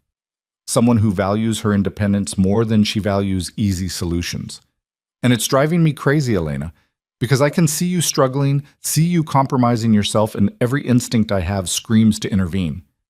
But you can't, Elena said softly. I know I can't. I know that helping you would actually hurt you, would take away the satisfaction of succeeding on your own terms. I understand that intellectually. He leaned forward, letting her see the raw emotion in his eyes. But it doesn't make it easier to watch. Because I care about you, Elena, more than I probably should, more than is smart or safe. And caring about you means wanting your happiness even when I can't be the one to give it to you. Silence fell between them, heavy and charged. Elena stared at him, her expression unreadable. You care about me, she repeated finally. Yes. More than you probably should. Yes. What does that mean, Marco? What exactly are you saying? This was it. The moment of truth, the vulnerability he'd been avoiding. Marco could deflect, could retreat to safer ground, or he could be brave. It means that Thursday dinners have become the highlight of my week. It means I think about you constantly. When I'm working, when I'm trying to sleep, every moment I'm not with you. It means watching you light up when you talk about food makes me believe in beauty again. His voice roughened. It means I'm falling in love with you, and it terrifies me because I don't know how to do this. I don't know how to care about someone without trying to control everything around them. Elena's breath caught. Marco. You don't have to say anything. I'm not asking for a response or a declaration. I just needed you to know that you're not alone in this. Whatever you're fighting, whatever you're going through, you have someone in your corner who sees you, who believes in you, who thinks you're extraordinary exactly as you are. Tears spilled down Elena's cheeks. She wiped them away impatiently, laughing through the emotion. You really are impossible. So I've been told. I'm a mess, Marco. I'm exhausted and stressed, and I've compromised my vision because I'm too scared to take a real risk. I'm not extraordinary. I'm barely holding it together. You're human. That doesn't make you less extraordinary. It makes you real. Marco reached across the table, palm up, offering. And being scared doesn't make you weak. Taking the safe path when you have bills to pay and obligations to meet, that's not compromise. That's survival. I respect that. Elena stared at his hand for a long moment, then slowly placed hers in it. Her fingers were trembling, but her grip was strong. I care about you too, she whispered. That's why I got so upset when you offered to help. Because part of me wanted to say yes, wanted to take the easy path, and let you fix everything. And that scared me more than anything Bernard could say. Why? Because I'm afraid of losing myself. Of becoming someone who depends on you, who lets you carry all the weight. My mother did that with my father, and when he got hurt, she had to become someone entirely different just to survive. I saw what dependency cost her. Elena's voice shook. I need to know I can stand on my own. I need to prove it to myself. I understand, Marco said, and he did. And I'm not asking you to depend on me. I'm just asking you to let me be there. Not to solve your problems, but to witness your strength, to celebrate your victories and sit with you through the hard parts. That's all you want? That's everything I want. Elena laughed again, this time with less tears and more genuine amusement. You really are different from what I expected. What did you expect? Someone more, I don't know. Controlling, maybe. You have this intensity about you, this presence that suggests you're used to getting your way. But then you sit in a restaurant for hours listening to your mother and a waitress talk about recipes, and you show up to watch me make pasta, and you respect my boundaries even when it clearly frustrates you. She squeezed his hand. You're complicated, Marco DeLuca. Is that a good thing or a bad thing? I'm not sure yet, she said honestly. But I'd like to find out. Hope bloomed in Marco's chest, fragile and precious. Yeah? Yeah, but slowly, okay? I need time to figure out my thesis situation, to get through finals, to actually graduate. And I need to do it without worrying about how it affects us, or what you think, or whether I'm disappointing you. You could never disappoint me. You say that now. But what if I take the safe route? What if I do the conventional menu and graduate with a degree that represents everything you said I shouldn't compromise? Marco considered this carefully. Then I'll be proud of you for making a difficult choice and seeing it through. Elena, I don't love you because of your thesis menu. I love you because of who you are. Someone who works 3 jobs to chase a dream, who speaks Italian to lonely old women, who finds beauty in tradition and meaning in food. Whether you do 6 innovative courses or 3 conventional ones doesn't change any of that. You love me, Elena said, her voice barely audible. Marco froze, realizing what he'd just said. There was no taking it back now, no pretending it was casual or premature. Yes, he said simply. I love you. Tears welled in Elena's eyes again, but she was smiling. That's terrifying. Tell me about it. I'm not ready to say it back, not yet. Not because I don't feel something, but because I need to be sure. I need to know who you really are, beyond the man who has dinner with his mother and makes generous gestures.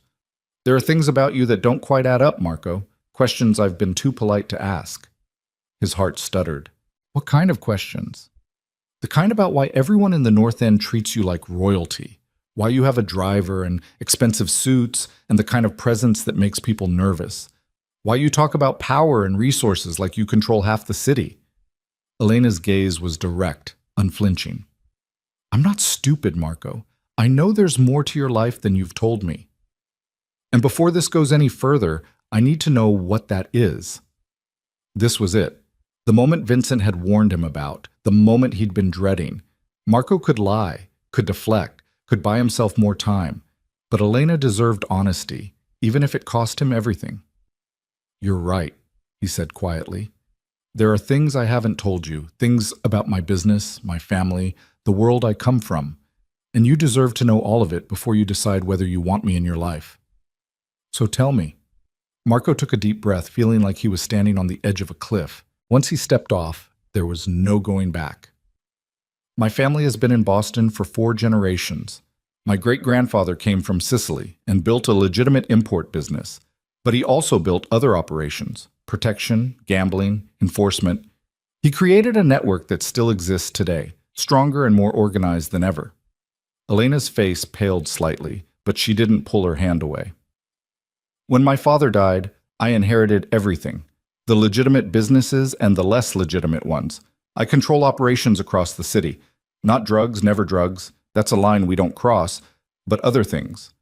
Things that exist in gray areas and shadows. He met her eyes steadily. I'm not a villain, Elena. I have rules, principles, lines I won't cross. But I'm also not a civilian. I'm not safe, or simple, or easy. The silence stretched so long that Marco thought he might shatter from the tension. Then Elena said, Are you dangerous? To some people, yes. Are you dangerous to me? Never. Not directly. But being close to me could put you at risk. My enemies could use you to get to me. That's why I've been so careful, so protective. That's why I wanted to help with Bernard, because I'm used to eliminating threats, and he felt like a threat to you. Elena pulled her hand back and Marco's heart sank. This was it, the moment she walked away. But instead of standing, she leaned back in her chair, studying him with those intelligent eyes that saw too much. I need time to process this, she said finally. I understand.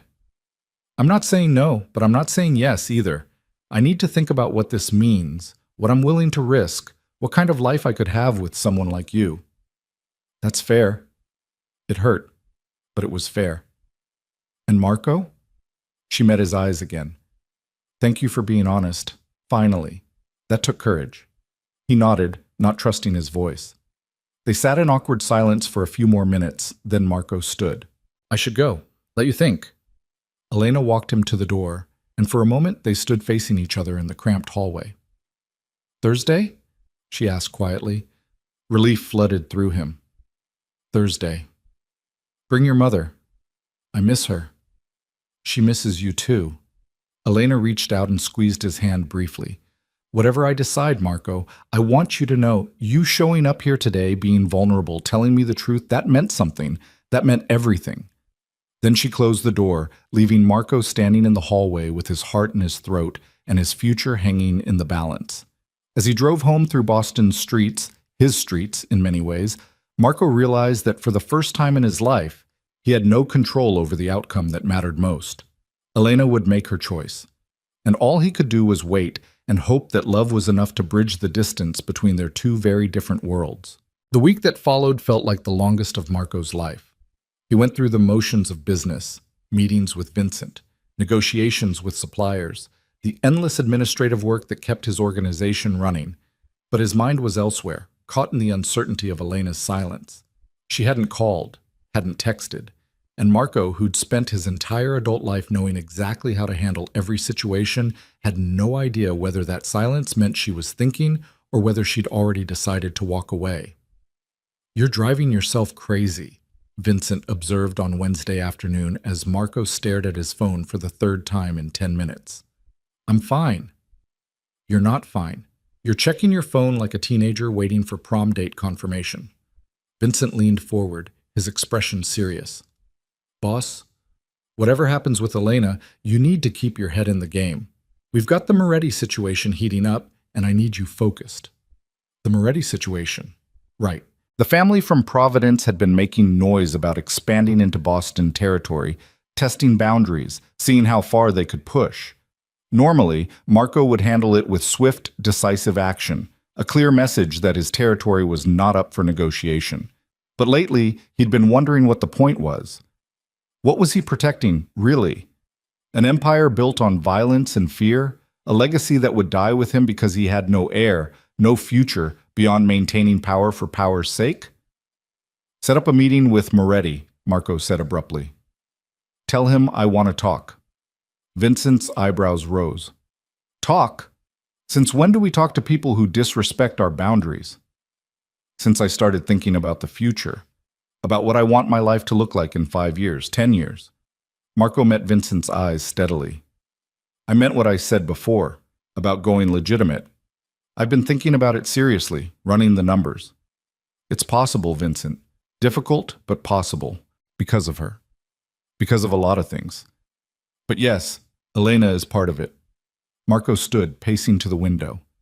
I watched my father build this empire, and I watched it consume him.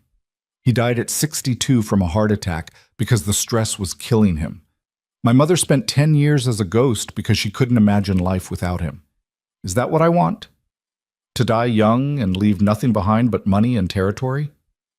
Your father left you, Vincent said quietly. That's not nothing.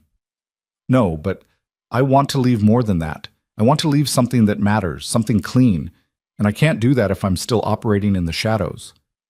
Vincent was quiet for a long moment, then nodded slowly.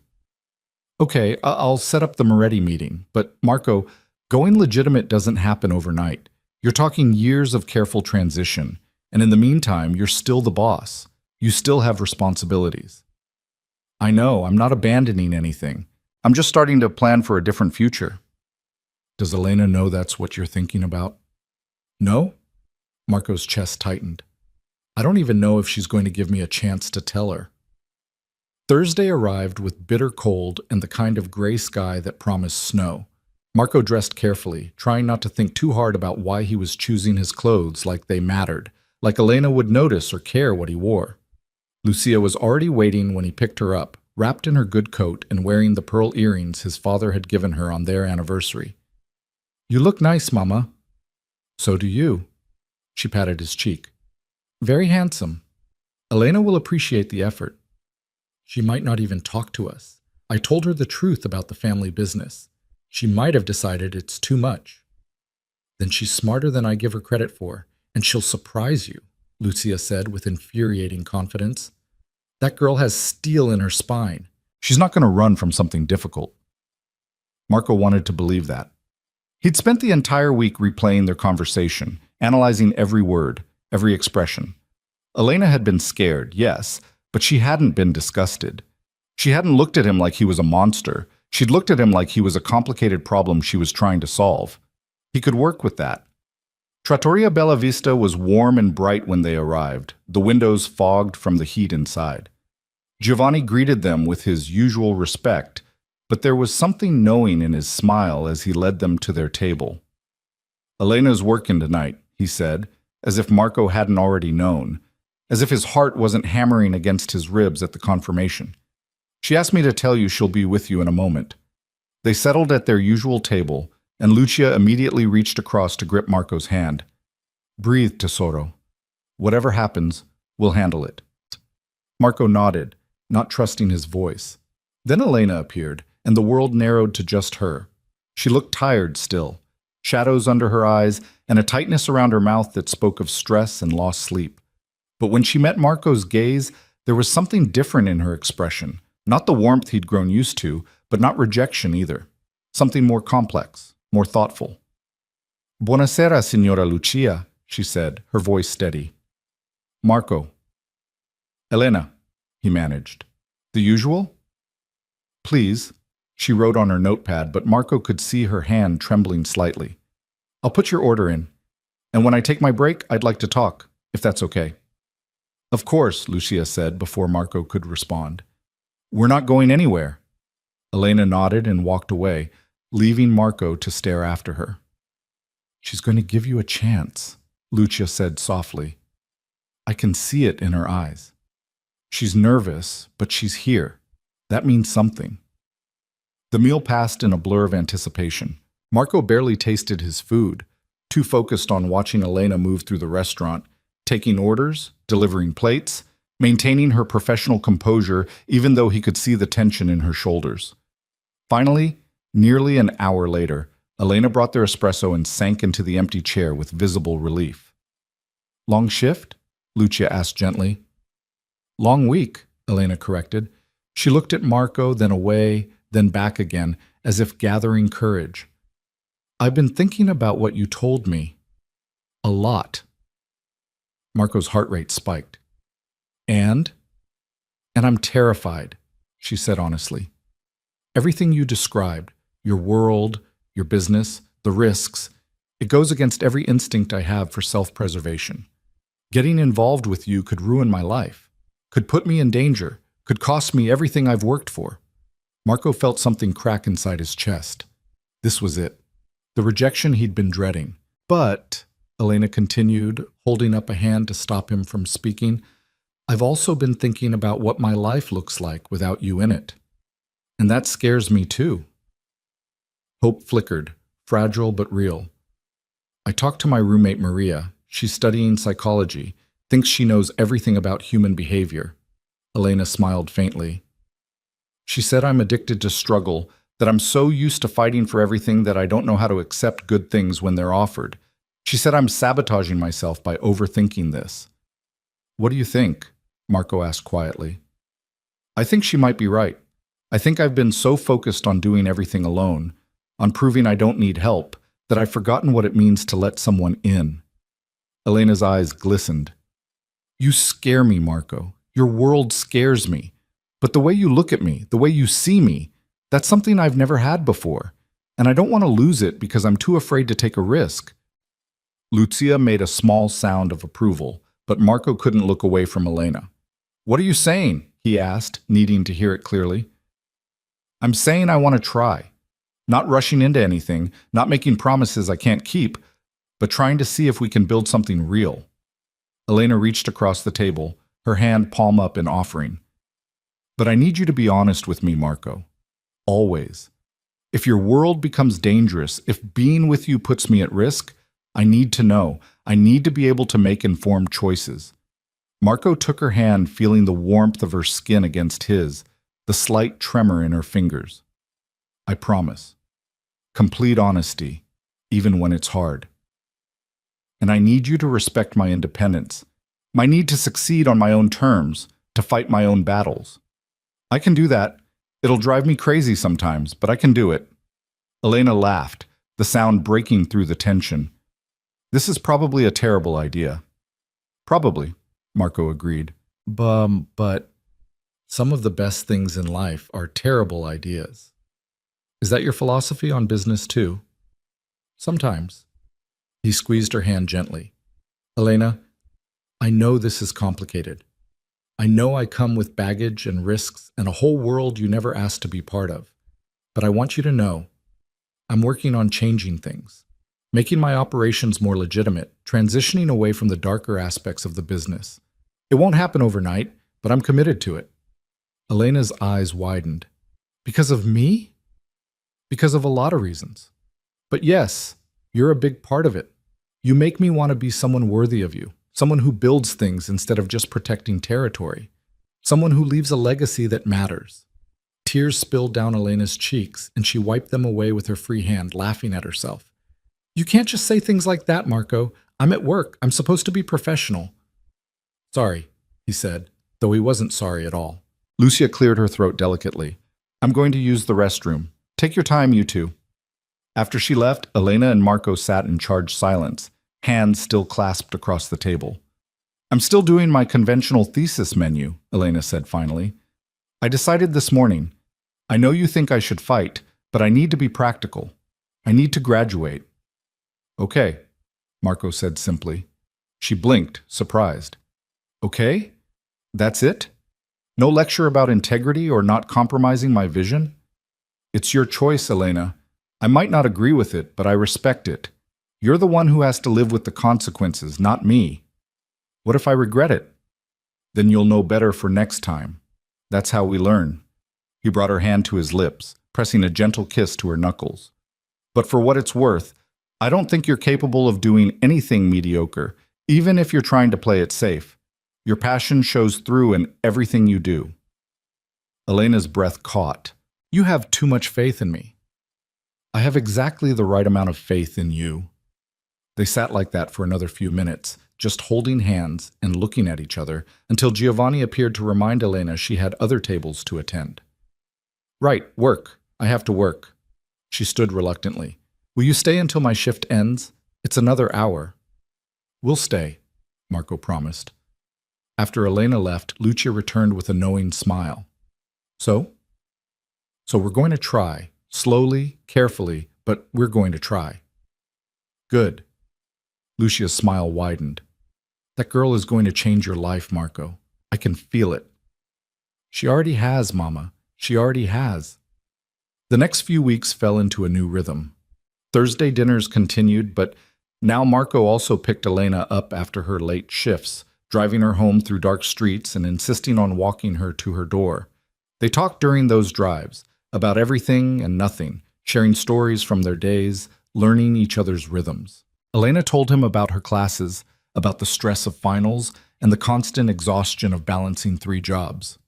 Marco told her about the legitimate side of his business, about the real estate investments and import companies that formed the foundation of his wealth. They didn't talk about the darker parts of his world, and Marco was grateful for the reprieve. There would be time for that later, when she was ready to hear more. He also started spending more time with Vincent, working through the logistics of transitioning the family business. It was complex, requiring careful negotiation with other families, strategic divestment from certain operations, and significant legal restructuring. This is going to take years, Vincent warned, and it's going to cost you power. Some of your guys won't like it, won't understand why you're walking away from profitable operations.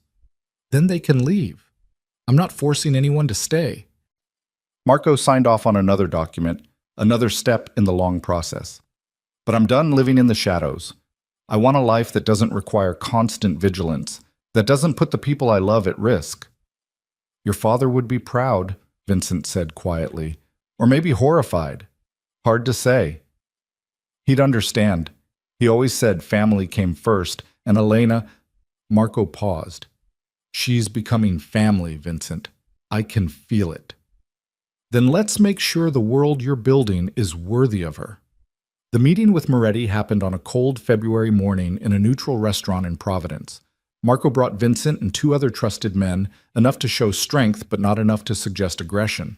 Carlo Moretti was younger than Marco expected, maybe 35, with the kind of hungry eyes that reminded Marco of himself 10 years ago. "De Luca," Moretti said, extending a hand across the table. "I appreciate you agreeing to meet." "Let's skip the pleasantries," Marco said, settling into his chair. "You've been testing my boundaries, seeing how far you can push into Boston territory. I'm here to tell you that stops now." Moretti's smile was sharp. "Or what? You'll go to war over a few gambling operations?" "No, I'm going to offer you a deal." Marco leaned forward.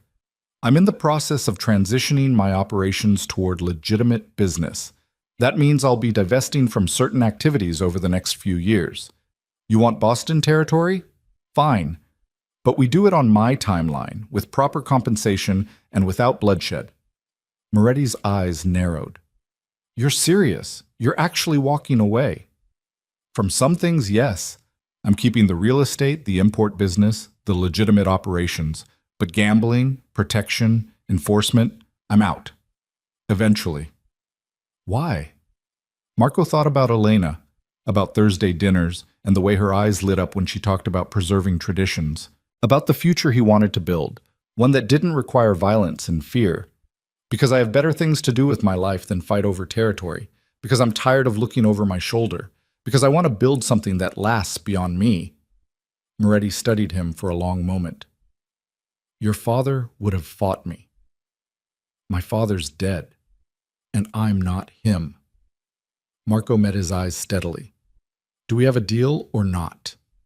They spent the next 2 hours hammering out the framework, a gradual transition over 3 years, with Marco maintaining control of key operations until he was ready to divest, and Moretti paying fair market value for what he acquired. It wasn't a perfect deal, but it was a start. A first step toward the life Marco wanted. When he returned to Boston that evening, he drove straight to Elena's apartment. She answered the door in her chef's whites, clearly having just gotten home from the Institute. "Marco, is everything okay?" "Everything's fine. Better than fine." He couldn't keep the smile off his face. "I just wanted to see you. Is that okay?" Elena's expression softened. "It's more than okay. Come in. I was just about to make dinner. Nothing fancy, just pasta and whatever's in the fridge. Sounds perfect." He watched her cook in her tiny kitchen, moving with the same grace and confidence she showed in the Institute's professional kitchen. She talked as she worked, describing a technique Chef Maria had demonstrated that morning, and Marco found himself completely content just listening. This was what he wanted. Simple moments, domestic peace, the quiet joy of being with someone who made him feel human instead of just powerful. "Taste this," Elena said, holding out a spoon of sauce. Marco stepped closer, accepting the offering. The sauce was bright with tomatoes and basil, perfectly seasoned, complex yet simple. "It's delicious," he said honestly. "It's my nonna's recipe. One of the first things she taught me." Elena stirred the pot thoughtfully. "I'm thinking about using a variation of it in my thesis menu. Even though I'm playing it safe overall, I can still honor her in small ways." "That's a good compromise." "Is it? Or am I just trying to have it both ways?" Marco moved behind her, his hands settling gently on her shoulders. "Elena, stop second-guessing yourself. You made a choice for practical reasons, and now you're finding ways to maintain your integrity within those constraints. That's not having it both ways. That's being smart." She leaned back against him, and Marco wrapped his arms around her waist, holding her close. They stood like that for a long moment, the sauce simmering on the stove, the kitchen warm with steam and the scent of cooking. "I'm scared about the tasting," Elena admitted quietly. "It's in 2 weeks, and I keep having nightmares about everything going wrong." "It won't go wrong. You're too prepared, too talented. You don't know that." "Yes, I do. I've watched you work, Elena. I've seen your focus, your skill, your passion. You're going to walk into that tasting and blow everyone away, conventional menu or not." She turned in his arms, looking up at him with vulnerable eyes. "What if I don't, though? What if Bernard was right and I'm not good enough?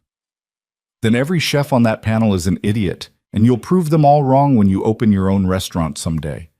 Marco cupped her face gently. But that won't happen. You're going to succeed because you're brilliant, and because you've worked harder than anyone I've ever met. Elena's eyes filled with tears. How do you do that? How do you make me believe in myself? I just tell you the truth, the rest is all you. She kissed him then, rising on her toes and pressing her lips to his with a tenderness that made Marco's heart stutter. It was their first real kiss, soft and sweet and tasting of tomato sauce and hope. When they pulled apart, Elena was smiling through her tears. Stay for dinner, please. Let me cook for you, just us, no restaurants or crowds or professional masks. I'd love that. They ate at her small kitchen table, plates of pasta and fresh bread, glasses of cheap wine that tasted perfect anyway.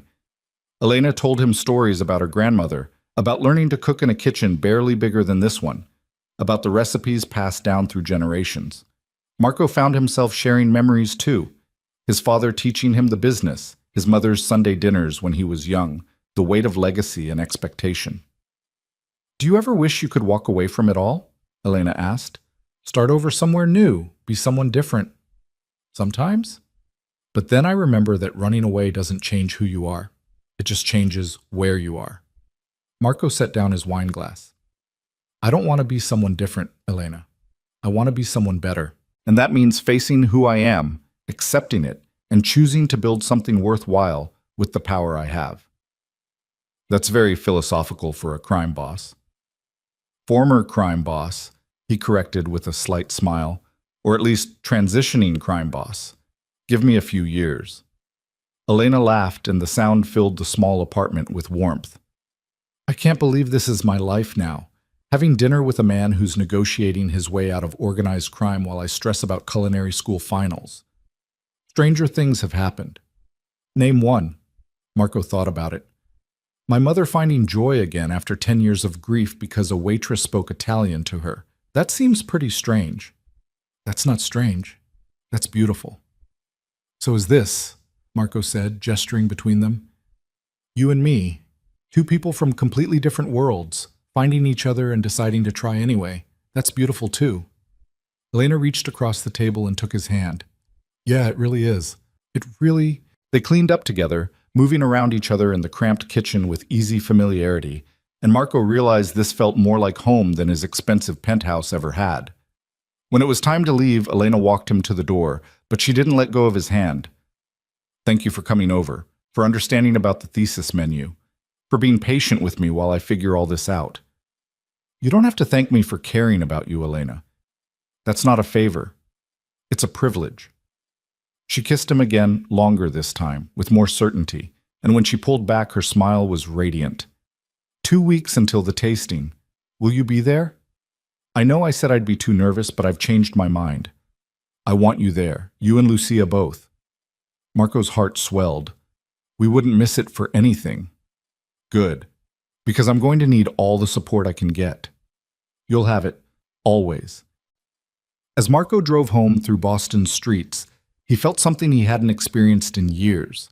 Genuine happiness, untainted by stress or obligation or the constant weight of responsibility.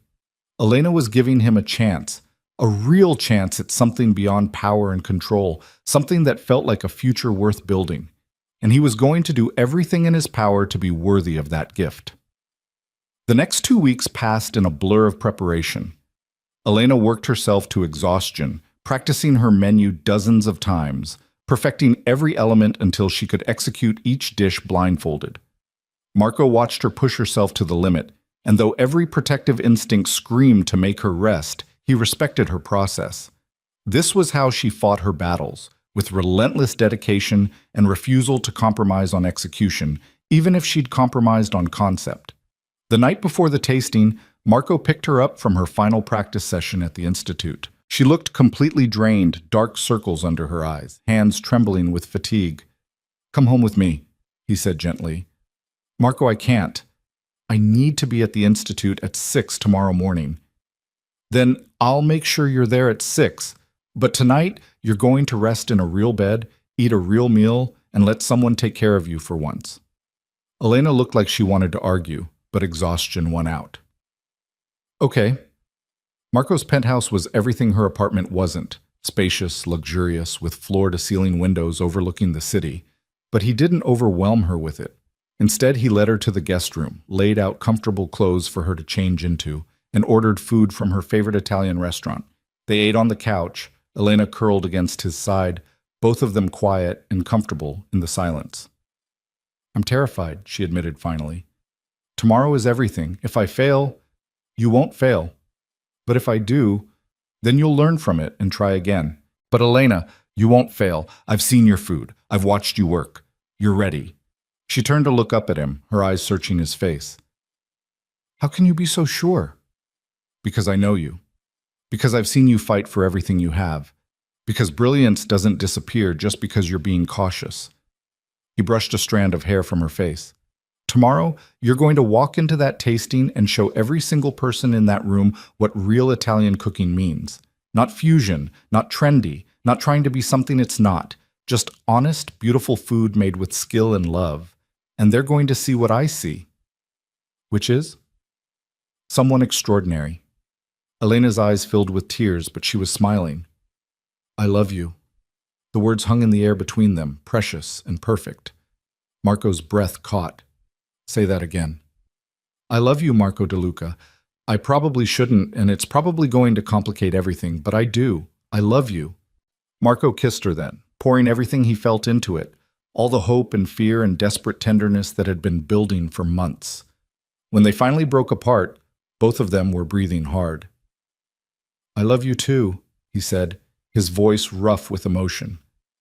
"More than I thought I was capable of loving anyone." They held each other on the couch as the city lights glittered outside, and for the first time in longer than Marco could remember, he felt completely at peace.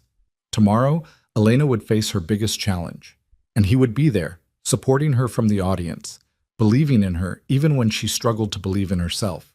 Because that's what love meant.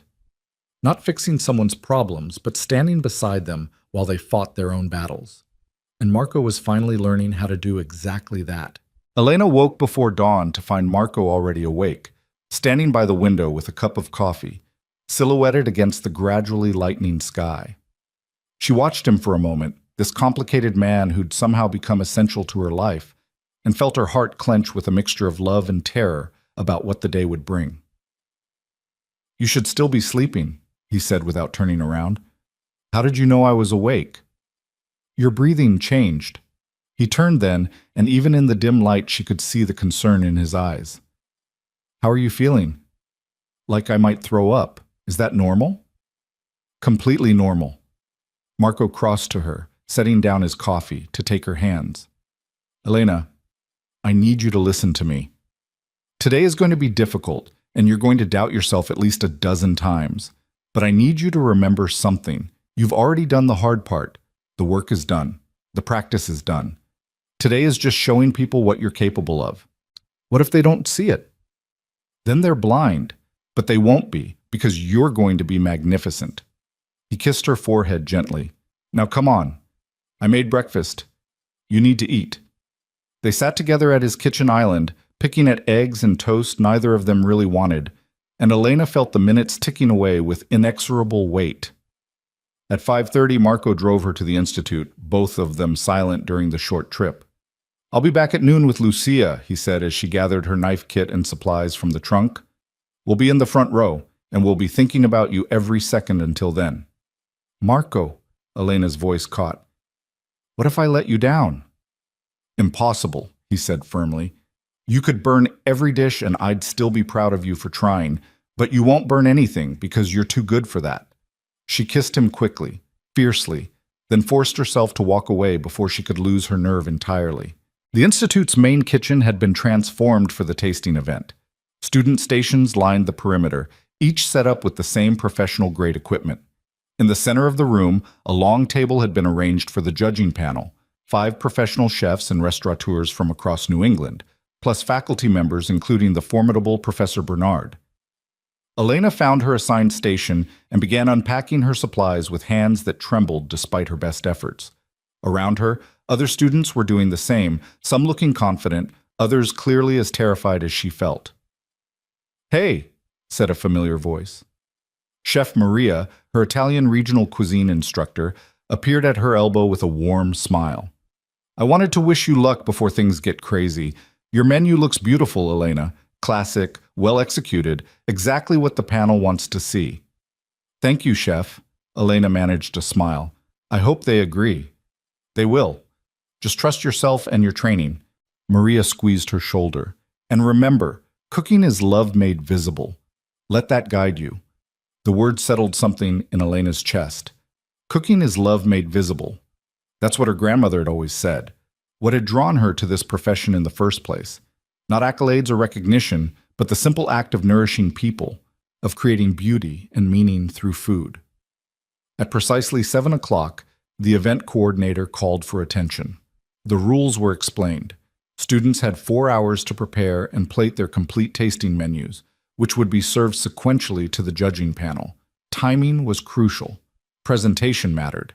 And most importantly, the food had to speak for itself. "You may begin," the coordinator announced, and the kitchen erupted into controlled chaos. Elena took a deep breath and started with her mise en place, the methodical preparation that would set the foundation for everything else. Her hands moved automatically, muscle memory taking over as she chopped, measured, organized. The nervousness didn't disappear, but it transformed into focused energy, adrenaline sharpening her senses rather than paralyzing her. Her first course was a simple caprese: tomatoes, mozzarella, basil, olive oil. Nothing fancy, nothing complicated, just pure ingredients allowed to shine. But the execution had to be perfect. The tomatoes sliced to exact thickness, the mozzarella torn at the last possible moment to maintain texture, the basil picked at the peak of freshness. She worked steadily through each course, adjusting timing on the fly when she realized the fish for her third course was cooking faster than expected, compensating with an extra minute of rest time before plating. Around her, other students moved with varying degrees of confidence, some flying through their preparations, others clearly struggling.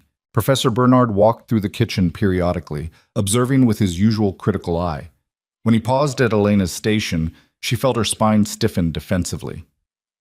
"Conventional choices," he observed, his tone neutral. "Playing it safe."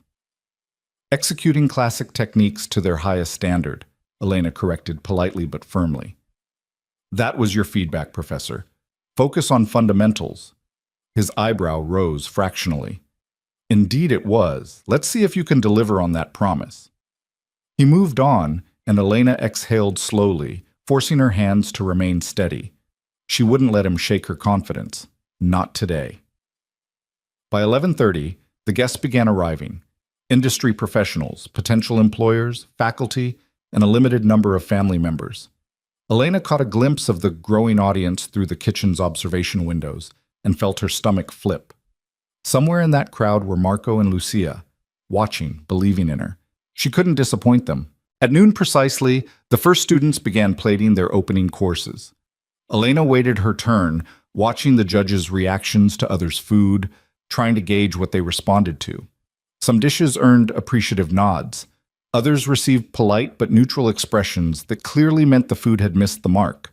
When her turn came, Elena approached the judging table with her carefully arranged caprese, placing one plate in front of each judge, with hands that didn't shake despite the terror coursing through her. "Caprese salad," she said clearly, her voice carrying across the quiet room, representing the purity of Italian ingredients and the immigrant's memory of home. Local heirloom tomatoes, handmade mozzarella from the North End, basil grown from seeds my grandmother brought from Naples. She stepped back, folding her hands to keep from fidgeting, and watched as the judges took their first bites. The room felt impossibly silent. She could hear her own heartbeat, feel the weight of dozens of eyes on her. Then one of the judges, Antonio Russo, owner of 3 acclaimed Italian restaurants in Providence, closed his eyes and smiled. "This is what caprese should be," he said, his voice carrying that distinctive Italian-American accent Elena knew from her own family. No complications, no modern twists, just perfect ingredients treated with respect. The tomatoes are ripe but not overripe. The mozzarella has the exact texture, soft but not mushy, And that olive oil. He took another bite. This is the real thing. This is home. Relief flooded through Elena so intensely she felt dizzy. She caught sight of Marco in the audience, his eyes locked on her, and his slight nod gave her the courage to return to her station with her head high. The next 3 courses followed in quick succession, each one building on the theme of Italian-American culinary evolution. Her pasta course, simple cacio e pepe, earned praise for flawless technique. The fish course, branzino with lemon and herbs, was described as elegantly restrained. The meat course, a classic ossobuco, had one judge actually scraping his plate clean. By the time Elena plated her 5th course, a panna cotta with espresso and chocolate, her grandmother's recipe refined over years, she'd found her rhythm. The fear hadn't disappeared, but it had transformed into something else. Pride, maybe. Or simply the quiet confidence that came from knowing she'd done her absolute best. She watched the judges taste her dessert, saw their expression shift from professional assessment to genuine pleasure, and allowed herself to believe that maybe, just maybe, she'd succeeded. When all the students had finished, the judges retired to deliberate while the audience mingled and students compared notes in hushed, anxious voices. Elena made her way through the crowd, accepting congratulations from classmates and nervous smiles from friends. Then Marco was there, pulling her into his arms despite the room full of people watching. "You were incredible," he said into her hair. "Every single course. I've eaten at the best restaurants in the world, Elena, and your food was better than all of them." "You're biased," she said, but she was smiling against his chest. "I'm honest. There's a difference." He pulled back to look at her. "How do you feel?" "Terrified, relieved, exhausted, proud." Elena laughed shakily. "All of it at once." Lucia peered, her eyes wet with tears. "Tesoro, that was beautiful. Your nonna would be so proud. I'm so proud." "Thank you for coming, Signora. It meant everything to have you both here." They stood together, the 3 of them, as the judges finalized their decisions. Around them, other students gathered with their families, all waiting for the verdict that would shape their futures. Finally, the event coordinator called for attention. The room fell silent as the head of the judging panel, Chef Thomas Laurent, a Michelin-starred chef from Boston, stood to speak. "We've had the privilege today of tasting some truly exceptional food," he began. Each student brought their own vision, their own interpretation of culinary excellence, but there were a few whose work stood out not just for technical skill, but for something more difficult to define, for soul. Elena's heart hammered so hard she thought it might bruise her ribs. The top honors today go to 3 students who demonstrated mastery of both technique and philosophy. 3rd place, for innovation and creativity, Jason Chen. Applause filled the room as Jason, a talented fusion chef Elena had worked with several times, came forward beaming to accept his certificate. 2nd place, for technical perfection and modern interpretation of classical cuisine, Sarah Martinez. More applause. Sarah had done a molecular gastronomy menu that had been visually stunning. And 1st place, Chef Laurent continued, his eyes scanning the room until they landed on Elena, for a menu that reminded us why we fell in love with cooking in the first place. For food that told a story, honored tradition, and achieved absolute perfection in its simplicity. Elena Rossi. The room erupted. Elena stood frozen for a moment, unable to process what she'd just heard. Then Marco's arms were around her and Lucia was crying, and somehow she was walking to the front of the room with legs that barely supported her. Chef Laurent shook her hand warmly. "Your caprese alone would have won my vote," he said, "but every course after that just confirmed what I suspected. You understand something fundamental that many chefs spend their entire careers trying to grasp. Food doesn't need to be complicated to be extraordinary. It just needs to be honest." Elena accepted the certificate with shaking hands, turned to face the applauding crowd, and found Marco's eyes in the sea of faces. He was smiling with such open pride, such pure joy, that she felt tears spill down her cheeks. She'd done it. Against all odds, despite her doubts and fears and compromises, she'd done it. The rest of the afternoon passed in a blur of congratulations and photographs, industry professionals pressing business cards into her hand, classmates hugging her with genuine warmth. Several restaurant owners asked if she'd be interested in interviewing for positions, and Chef Russo from Providence invited her to stage at his flagship restaurant. Through it all, Marco and Lucia stayed close, providing steady support as Elena navigated the overwhelming attention. When things finally began to wind down, Professor Bernard approached. Elena stiffened instinctively, but his expression was thoughtful rather than critical. "Congratulations, Miss Rossi," he said formally. "Your execution was flawless." "Thank you, Professor." "I'll admit I had doubts about your original concept. I still believe it was too ambitious for a student presentation." He paused, and something that might have been respect flickered in his eyes. "But you proved that sometimes the simplest approach is the strongest. You chose to master the fundamentals rather than chase innovation, and the judges recognized that wisdom." It wasn't quite an apology, but coming from Bernard, it was significant. "I appreciate that, Professor, and I appreciate the feedback that helped me refine my approach." Elena kept her voice polite but firm. "But I want you to know, I'm not done exploring that original concept. Someday, when I have my own kitchen, I'm going to tell that immigration story the way I originally envisioned it, with all 6 courses, all the complexity, all the heart." Bernard's lips twitched in what might have been a smile. "I look forward to tasting it. Something tells me you'll make it work." After he left, Marco leaned close. "You just told him you're going to prove him wrong someday." "I am going to prove him wrong, just not today." Elena leaned against Marco, suddenly exhausted. "Today, I'm going to accept that I made the right choice for right now, and tomorrow I'll start planning for what comes next." "That's my girl," Marco said softly. They left the institute as the sun was setting, painting Boston's sky in shades of orange and pink. Marco drove them to a quiet Italian restaurant in the North End, not Bella Vista, but somewhere similar, intimate and warm. Over wine and food, Elena was too wrung out to cook herself, they celebrated. Lucia regaled them with stories of Giuseppe's business triumphs, drawing parallels between his determination and Elena's. Marco watched Elena with eyes full of love and pride, his hand finding hers under the table. "So what happens now?" Lucia asked as they finished their meal. "You've graduated top of your class. You have job offers.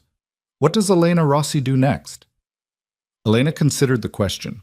A week ago, she would have jumped at the first stable position offered, desperate to start paying down her loans and prove to her family that culinary school hadn't been a waste. But tonight, with Marco's hand warm in hers and the glow of success still bright in her chest, she felt brave enough to want more. "I want to work for Chef Russo," she said slowly. "His Providence restaurant specializes in regional Italian cuisine, exactly what I'm passionate about. It'll be hard, long hours, probably terrible pay at first, but I'll learn from one of the best, refine my skills, build connections." "For how long?" Marco asked. "A year, maybe 2. Long enough to really master the craft at a professional level." Elena squeezed his hand. "And then I want to open my own place. Something small, intimate, a real trattoria where I can tell the stories I want to tell through food." "That's a big dream," Lucia said gently. "I know. It'll take time and money I don't have and probably a dozen failures along the way. But today proved I can do difficult things. I can work hard and achieve something meaningful." Elena looked at Marco. "And I have support now. People who believe in me." "Always," Marco said quietly. "Whatever you need, whatever it takes. I believe in you completely." They finished dinner and Marco drove Lucia home first, walking her to her door with the same careful attention he always showed. Elena watched from the car, seeing the love between mother and son, the way Marco's entire demeanor softened around Lucia. When he returned to the car, Elena said, "She's doing so much better. Your mother. She's like a different person from the woman I met that first night." "You did that," Marco said. "You brought her back to life. We did that. You, me, Thursday dinners, Italian conversations. All of it together." Elena studied his profile as he drove. "Where are we going?" "My place, if that's okay. I want to talk to you about something, and I'd rather do it privately." Something in his tone made Elena's stomach flip with nervousness, but she nodded. Marco's penthouse felt different tonight, less like a showcase of wealth and more like the home of someone who was learning what truly mattered. They settled on the couch, Marco pulling Elena against his side, both of them looking out at the city lights. "I met with my lawyers today," Marco said finally. Finalize the paperwork for the first phase of business transition. By the end of this year, I'll have divested from all protection operations. Next year, gambling. The year after that, enforcement and collection. Elena's breath caught. That's huge. It's necessary. I told you I wanted to go legitimate, and I meant it. But Elena, I need you to understand what this means. I'm walking away from significant income, from power I've held my entire adult life. Some people in my organization won't understand. Some will be angry, feel betrayed. There could be pushback, possibly even danger during the transition. Why are you telling me this? Marco turned to face her fully, his expression serious. Because I'm all in on this. On us. I'm rebuilding my life to be worthy of you, to create a future we can actually share. But I need to know you're all in too. I need to know that you understand what you're signing up for, not just my past, but the complicated process of leaving it behind. Elena's heart hammered. This was it, the moment where she had to choose between safety and love, between the careful path and the terrifying leap. I'm scared, she admitted. Your world is dangerous and complicated and so far outside my experience. But Marco, I'm more scared of living without you, of playing it safe and always wondering what could have been. Elena, let me finish. She took his hands, holding tight. Today taught me something important. I chose the safe path with my thesis menu, and I succeeded. But it wasn't the success I really wanted. It was a compromise, a calculated risk that guaranteed passing, but sacrificed vision. And you know what? I'm okay with that choice for today, but I never want to make that choice about us. Marco's eyes were intense, searching. What are you saying? I'm saying I'm all in, completely, terrifyingly, no safety net, all in. I want to build a life with you, Marco. I want Thursday dinners with your mother and late-night conversations and the messy, complicated, beautiful reality of loving someone who's fighting to become better. Tears streamed down Elena's face, but she was smiling. I want to take the risk. I want to choose love over safety. I want us. Marco kissed her then, deep and desperate and full of promises. When they finally broke apart, both breathing hard, he pressed his forehead against hers. I love you so much it scares me, he whispered. I've spent my whole life in control, managing every variable, protecting myself. But with you, I'm completely exposed, completely vulnerable, and somehow that feels right. It feels right because it is right, Elena said. Love is supposed to scare us. It's supposed to push us beyond our comfort zones and make us braver than we knew we could be. They sat together in the quiet of Marco's penthouse, holding each other as the city glittered below. And in that moment, Elena understood something fundamental about the path she'd chosen. Yes, loving Marco would be complicated. Yes, there would be challenges and risks and moments of doubt, but there would also be passion and growth and the kind of deep partnership that transformed both people into better versions of themselves. She'd spent her whole life fighting to preserve traditions, to honor the past while building toward the future.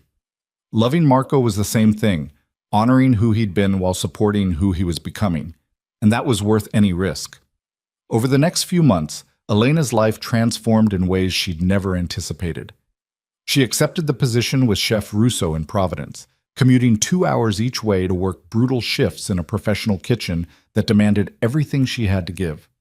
The work was exhausting, relentless, sometimes crushing in its intensity, but she loved it, every minute of it. Marco supported her without trying to fix things, driving to Providence on her days off so they could spend time together, never complaining about the distance or the limited hours they had. He was transitioning his own life with equal determination, slowly and carefully divesting from the darker aspects of his business. It wasn't easy. Some of his longtime associates did push back, questioning his motives, his judgment.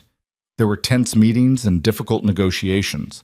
But Marco held firm, guided by the vision of the future he wanted to build. Lucia thrived in the warmth of their growing relationship, her health and spirits improving dramatically. She started taking Italian classes, reconnecting with her heritage in ways she hadn't since Giuseppe's death. She volunteered at a cultural center in the North End, teaching younger generations about traditional cooking and customs. Thursday dinners continued, now sometimes at Trattoria Bella Vista, sometimes at Marco's penthouse where Elena would cook for the three of them. Those evenings became sacred time, a reminder of how far they'd all come and how much they'd all grown. On a warm evening in early June, nearly a year after that first Thursday dinner, Marco took Elena to a small restaurant in the North End she'd never visited. It was closed for a private event, he explained, leading her through the door. Inside, the space had been transformed. Candles everywhere, flowers on every surface, soft music playing, and in the center of it all, a single table set for two. "Marco," Elena breathed, "what is this?" "This," he said, turning to face her with eyes full of love, "is a proposal. Not the proposal. That comes later, but a proposal nonetheless." He led her to the table where papers were spread out, architectural plans, business proposals, financial documents. "I've been working on something for the past 6 months," Marco said, "a project I couldn't tell you about because I wanted it to be perfect before I showed you. Elena, I'm buying this building, and I want to turn it into your restaurant." Elena's hands flew to her mouth. "What?" "Your trattoria. The one you talked about, where you can tell your immigration story through food, where families can come for Sunday dinner, where traditions are preserved and celebrated." Marco took her hands, his voice urgent. "I'm not asking you to quit your job with Russo. You're learning too much, growing too much. But in a year, maybe 2, when you're ready, this can be yours. Fully yours. Not some partnership where I control anything. I'll provide the capital and the space, but the vision, the menu, the soul of it, that's all you." Tears streamed down Elena's face as she looked at the plans, at the dream she'd barely dared to articulate being laid out in black and white. "Why?" she whispered. "Why would you do this?" "Because I love you. Because watching you chase your dreams makes me want to be better. Because you gave my mother back her joy and gave me back my hope." Marco cupped her face gently. "Because you deserve to tell your story your way, without compromise or constraint. And because I have the resources to make it happen, so why wouldn't I use them for something that matters?" Elena laughed through her tears. "This is crazy. This is the most generous, insane, beautiful thing anyone's ever done for me. Is that a yes?" "It's not a yes yet. It's a maybe, pending about 1,000 questions and detailed conversations about ownership structure and financial arrangements." And she stopped, seeing his expression. "But Marco, it's also the most incredible gift anyone's ever offered me. Thank you. Even if I ultimately decide I need to do this on my own, thank you for believing in me this much." "I'll always believe in you," Marco said simply. "That's the easy part." They spent the next 2 hours going through the plans, Elena asking sharp questions about zoning and permits and operational costs, Marco answering with the detailed knowledge of someone who'd clearly done exhaustive research. By the time they left, Elena's head was spinning with possibilities. "I need time to think about this," she said as Marco drove her home. "It's an amazing opportunity, but I need to make sure I'm accepting it for the right reasons. Not because it's easy or because I love you, but because it's genuinely the best path forward. Take all the time you need. The offer stands regardless of when or if you accept it." They pulled up outside her apartment, and Elena turned to face him in the dim light. "Can I ask you something?" "Anything." "Earlier, you said this was a proposal, not the proposal. What did you mean?" Marco smiled, slow and warm. "I meant that I have every intention of asking you to marry me someday, Elena Rossi. When the time is right, when we've both built the lives we want to live, when you're absolutely certain that I'm what you want." Elena's breath caught. "And if I said I was already certain? Then I'd say you're exhausted from a long day and not thinking clearly." But his eyes were serious, searching hers. "Marriage is forever, Elena. I won't ask until I'm sure you understand exactly what you're choosing, all of it, the good and the complicated. I won't ask until I'm the man you deserve, not just the man I'm trying to become." "You're already that man," Elena said softly. "But I understand what you're saying, and you're right. We should both be sure. We should both have built the lives we want first." "Exactly." Marco kissed her gently. "But know this. I'm planning for forever with you. Every decision I make, every change I implement, it's all building toward a future where we can be together without shadows, or secrets, or fears." Elena kissed him back, pouring all her love and trust and hope into it. When they finally pulled apart, she was smiling through happy tears. I love you, Marco De Luca, and I'm planning for forever too. Good, he said, pulling her close, because I'm not letting you go, ever. They sat in the car for a long time, holding each other in the quiet darkness, both of them looking toward a future that finally felt possible. A future built on honesty and respect, on supporting each other's dreams without losing themselves in the process. It wouldn't be easy. Elena's career would demand sacrifice and grueling work. Marco's transition would require patience and careful navigation. There would be challenges, setbacks, moments of doubt, but they would face all of it together. Because they'd both learned the same essential truth, that love wasn't about finding someone perfect or safe or uncomplicated. Love was about finding someone worth fighting for, worth growing for, worth becoming better for. And they had found each other. In a restaurant in Boston's North End, over Thursday dinners and Italian conversations, two people from different worlds had discovered something rare and precious, a connection that transcended backgrounds and circumstances, that transformed both of them into fuller, braver versions of themselves. Marco had found someone who made him want to build, instead of just protect, to create beauty instead of just control outcomes. Elena had found someone who believed in her dreams as fiercely as she did, who supported without smothering, who loved her exactly as she was while encouraging her to become everything she could be. Together, they were building something that honored their pasts while embracing their futures. Something rooted in tradition but open to transformation. Something that would last not because it was easy, but because it was real. And in the end, that was all that mattered. Love, partnership, home. Not a place, but a person. Not safety, but courage. Not the absence of risk, but the willingness to take it for something, someone, worth everything. They had found their home in each other, and that was enough. 2 years passed like a river, sometimes rushing with the intensity of white water, sometimes flowing calm and deep, but always moving forward.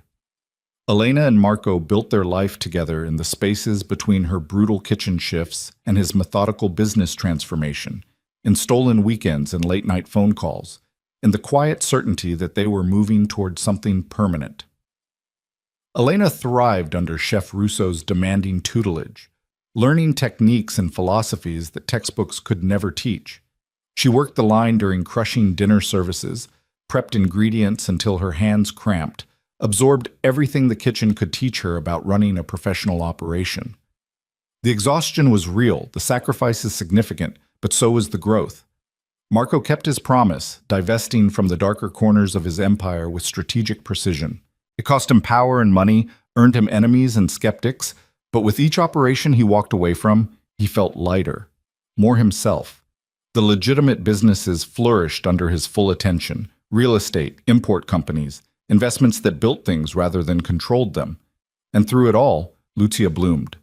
She took Italian citizenship classes, traveled back to Naples for the first time in 40 years, reconnected with cousins she'd thought were lost to time. She moved with a lightness that made her seem decades younger, her laughter frequent and genuine. "Your mother is happy," Elena said one Thursday evening as they prepared dinner together in Marco's kitchen. Lucia had gone to visit a friend, leaving them alone for the first time all week. "Really, deeply happy. I can see it in everything she does." "She's planning a trip to Sorrento next month," Marco said, chopping vegetables with the competent efficiency Elena Auden had taught him. "She wants to visit the town where she and my father honeymooned. She says she's finally ready to remember without it destroying her." Elena paused in her stirring, touched by the revelation.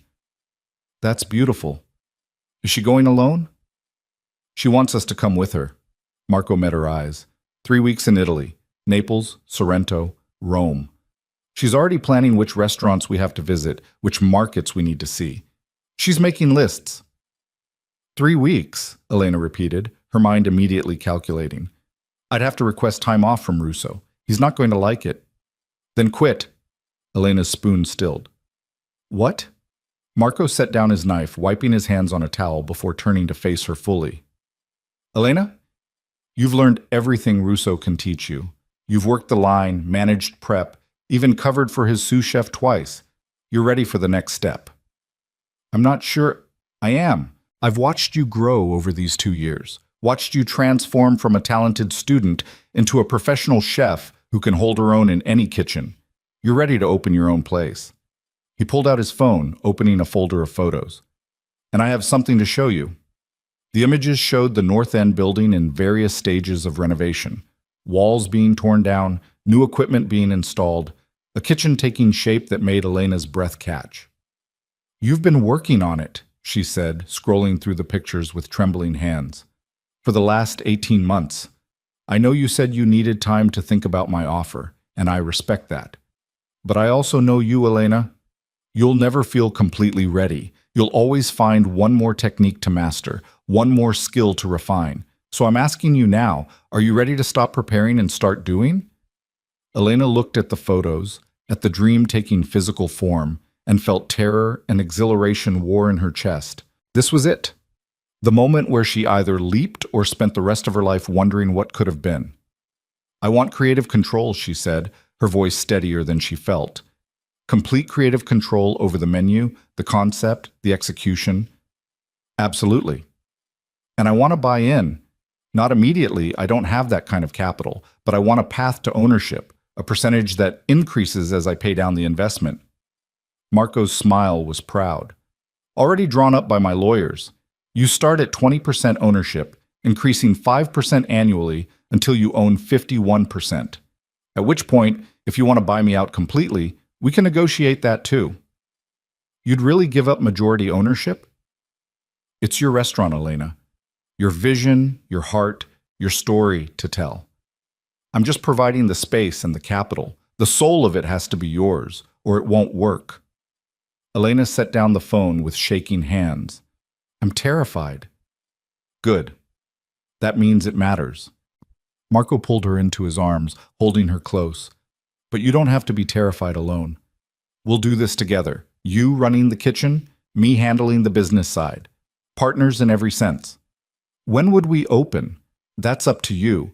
The space will be ready by September. You could open as early as October if you wanted, or wait until after the new year. There's no rush." Elena buried her face against his chest, breathing in his familiar scent, drawing strength from his solid presence. 2 years ago, she'd been a waitress working 3 jobs and wondering if her dreams would ever amount to anything. Now she stood on the precipice of everything she'd ever wanted, offered by a man who believed in her more than she believed in herself. "Okay," she whispered. "Let's do it. Let's open a restaurant." Marco's arms tightened around her. "Yeah? Yeah. I'll give Russo my notice tomorrow. We'll go to Italy with your mother. And when we come back, I'll start planning the menu and hiring staff and—" She laughed, slightly hysterical.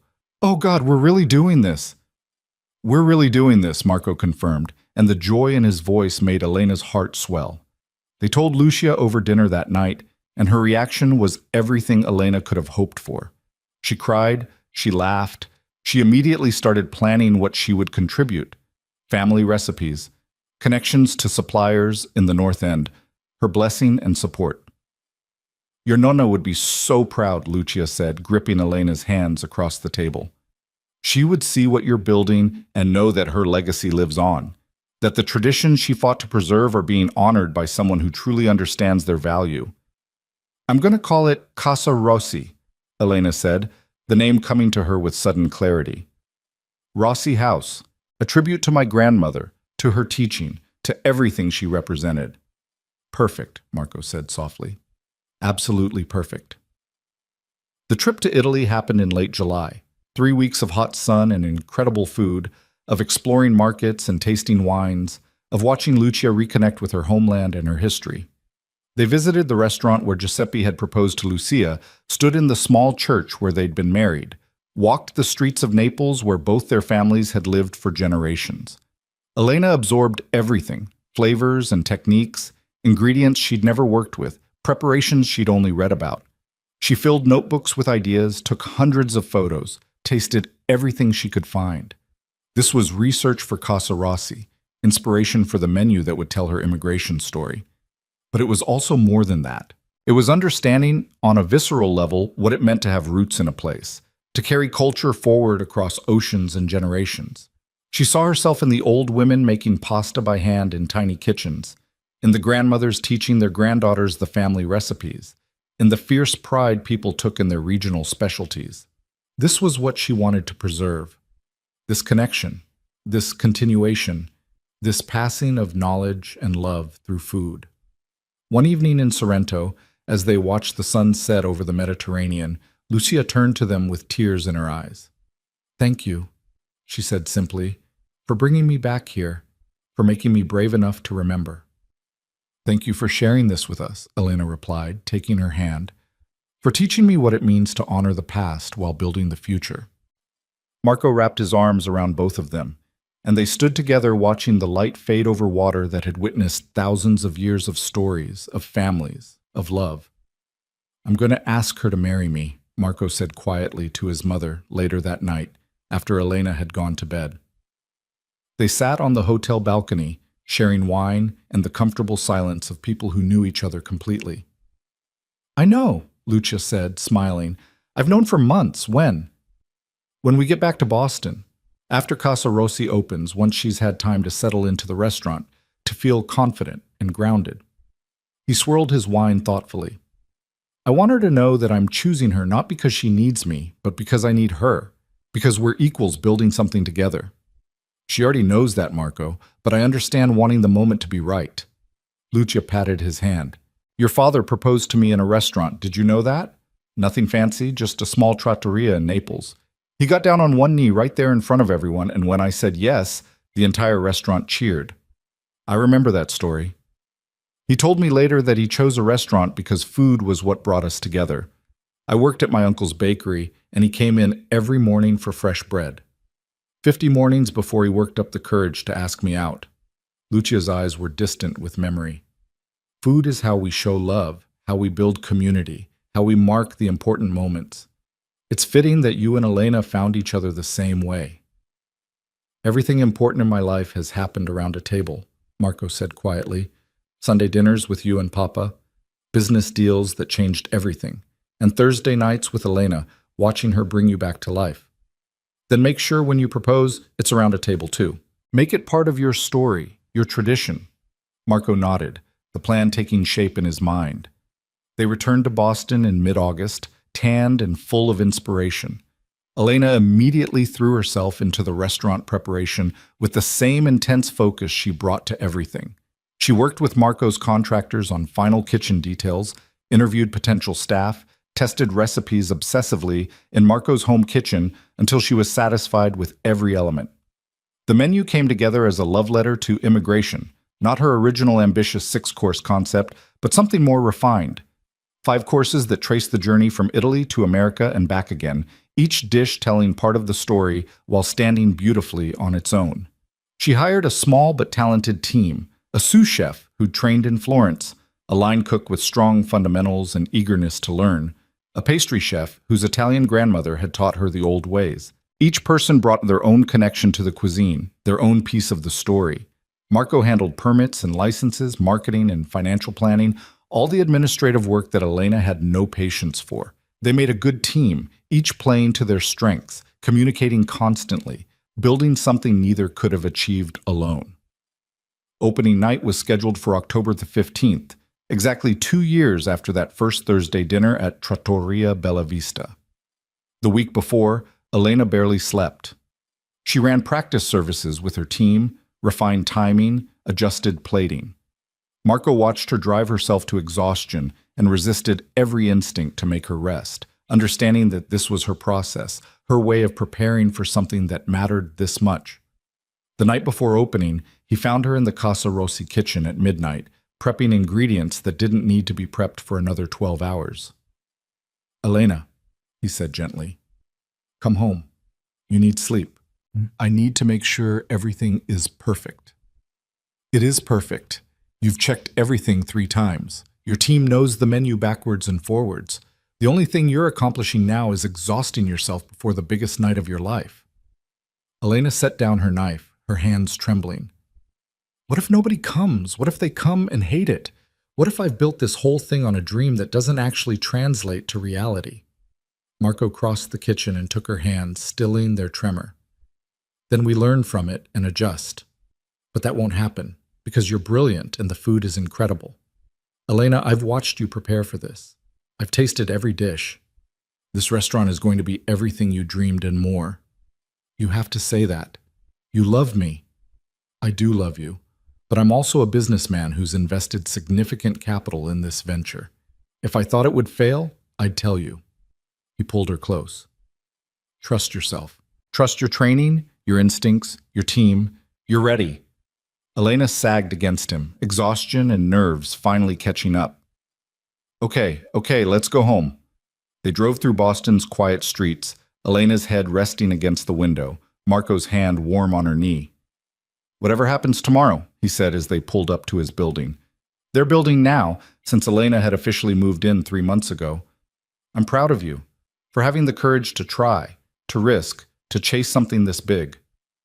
Even if I fail spectacularly? You won't fail. But even if you did, I'd still be proud. Failure trying is better than success from never attempting anything meaningful. Elena kissed him softly. When did you become so wise? Loving you taught me what actually matters. Everything else followed from that. Opening night arrived with crisp autumn air and clear skies. Elena woke early despite having gone to bed late, her mind already racing through the evening's prep. Marco made her breakfast and forced her to eat, then drove her to Casa Rossi 2 hours before the team was due to arrive. The restaurant looked beautiful in the morning light. Intimate dining room with warm lighting, open kitchen where diners could watch the magic happen, photographs on the walls showing Italian immigrants in early Boston, their stories told in faded sepia tones. This is it, Elena whispered, standing in the middle of her dream made real. This is it, Marco confirmed. Ready? No, but I'm doing it anyway. Her team arrived one by one, each greeting her with nervous excitement. They moved through prep with the efficiency of a well-rehearsed dance, months of practice coming together seamlessly. By 6 o'clock, when the first reservations were due to arrive, the kitchen hummed with controlled energy. Marco had returned home to change and collect Lucia, promising to be back for the first seating. Elena stood in her chef's whites, her team around her, and felt a moment of perfect clarity. This was what she was meant to do. This was home. The first guests arrived, food critics Marco had quietly invited, industry professionals, friends, and supporters. The dining room filled with conversation and anticipation. And in the kitchen, Elena called out the first orders with steady confidence. 2 caprese, 3 primi, 1 secondi. Let's show them what we can do. The service was beautiful. Dishes went out perfectly plated, timed to arrive in smooth succession. The kitchen moved like a living thing, everyone in sync, communication clear and calm. Elena tasted everything before it left the pass, adjusting seasoning with tiny touches, ensuring perfection. She caught glimpses of the dining room between orders, Marco and Lucia at a center table, both beaming with pride. Chef Russo, who'd made the trip from Providence to support his former protege. Other chefs from around Boston, industry people who'd come to see if the hype was deserved. The real test came with dessert service, when Elena finally allowed herself to step out of the kitchen and into the dining room. The applause was immediate and overwhelming. People stood, clapping and cheering, and Elena felt tears prick her eyes. She made her way through the room, thanking people for coming, accepting congratulations with grace she didn't know she possessed. And when she reached Marco and Lucia's table, they both stood to embrace her. You did it, Lucia said, crying openly. Tesoro, you did it. Your nonna would be so proud. We did it, Elena corrected, looking at Marco. All of us together. The critics' reviews came out over the next few days, and they were unanimously glowing. Casa Rossi was called a triumph of traditional technique, a love letter to Italian-American heritage, the most exciting new restaurant in Boston. Reservations filled up weeks in advance. Elena's phone rang constantly with interview requests, partnership offers, opportunities she'd never imagined. Through it all, Marco stayed steady beside her, handling the business side, protecting her time so she could focus on the kitchen, celebrating every success and supporting through every challenge. 3 months after opening, on a cold January evening, Marco convinced Elena to take her first night off since Casa Rossi had opened its doors. The team can handle one service without you, he insisted, and I'm taking you somewhere special. Where? You'll see. He drove them to Trattoria Bella Vista, the restaurant where everything had started. Giovanni greeted them with knowing smiles and led them to their usual table in the back corner, the same table where Elena had first spoken Italian to Lucia, where Thursday dinners had become ritual, and then family. This feels significant, Elena said as they settled in. It is significant. Marco took her hand across the table, his thumb tracing circles on her palm. 2 years ago, I brought my mother here expecting a quiet dinner. Instead, I found you, and you changed everything. Marco, let me finish. He smiled, nervous in a way Elena had never seen him. You brought my mother back to life. You showed me what it meant to build things instead of just protecting them. You challenged me to be better, to want more, to believe in futures that seemed impossible. Elena's heart hammered as Marco stood and moved around the table, kneeling beside her chair. The restaurant had gone quiet, other diners noticing what was happening. Elena Rossi, you are the bravest, most passionate, most extraordinary person I've ever known. You fight for your dreams with everything you have. You honor tradition while creating something new. You make me want to be worthy of you every single day. His voice shook slightly. I love you more than I thought I was capable of loving anyone, and I want to spend the rest of my life building things with you, supporting your dreams, and being your partner in everything. He pulled out a ring, simple, elegant, a single diamond that caught the light. Will you marry me? Elena couldn't speak through her tears, could only nod frantically as Marco slipped the ring onto her finger. The restaurant erupted in applause, just like it had when Giuseppe proposed to Lucia all those years ago. Yes, Elena finally managed. Yes, of course, yes. Marco stood, pulling her into his arms, and kissed her while Trattoria Bella Vista cheered around them. When they finally broke apart, both laughing and crying, Giovanni appeared with champagne and Lucia, because of course Lucia had been in on this, had been waiting in the kitchen for her cue. I'm so happy for you both, Lucia said, embracing them together. This is exactly right, exactly as it should be. They celebrated late into the night, calling friends and family, accepting congratulations from other diners, laughing until Elena's cheeks hurt. And through it all, Marco kept Elena's hand in his, the ring glinting in the candlelight, a promise of the future they would build together. The wedding took place 6 months later in Naples, a small ceremony in the same church where Giuseppe and Lucia had married. Elena wore her grandmother's veil, carefully preserved through decades. Marco wore his father's cufflinks. Lucia cried through the entire ceremony, as did half the guests. They honeymooned in Sorrento, eating their way through the Amalfi Coast, collecting recipes and inspiration for Casa Rossi's seasonal menu changes.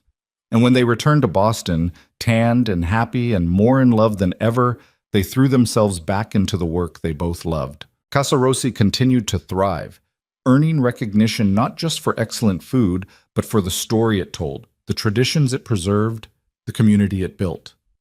Elena trained young chefs the way her grandmother had trained her, with patience and love and high standards. She taught them that cooking was more than technique, more than business. It was legacy, culture, connection. Marco's business transformation completed its final phase 2 years after the wedding. He walked away from the last vestiges of his criminal empire and never looked back, his energy now focused entirely on legitimate ventures and on supporting Elena's growing restaurant operation. Lucia lived to see her first grandchild, Sofia Giuseppe De Luca, named for Marco's grandmother and father. The baby had Elena's eyes and Marco's determination, and Lucia doted on her shamelessly, teaching her Italian words before she could even walk properly. Your nonna would have loved her, Lucia said one afternoon as they watched Sofia toddle around Casa Rossi's dining room, already fascinated by the kitchen. She would have, Elena agreed, her hand resting on her growing belly. Baby number 2 was due in the spring. But she would have loved all of this. The restaurant, the family, the traditions continuing. You've honored her legacy beautifully, Lucia said. And you're building your own legacy now, one that will last for generations.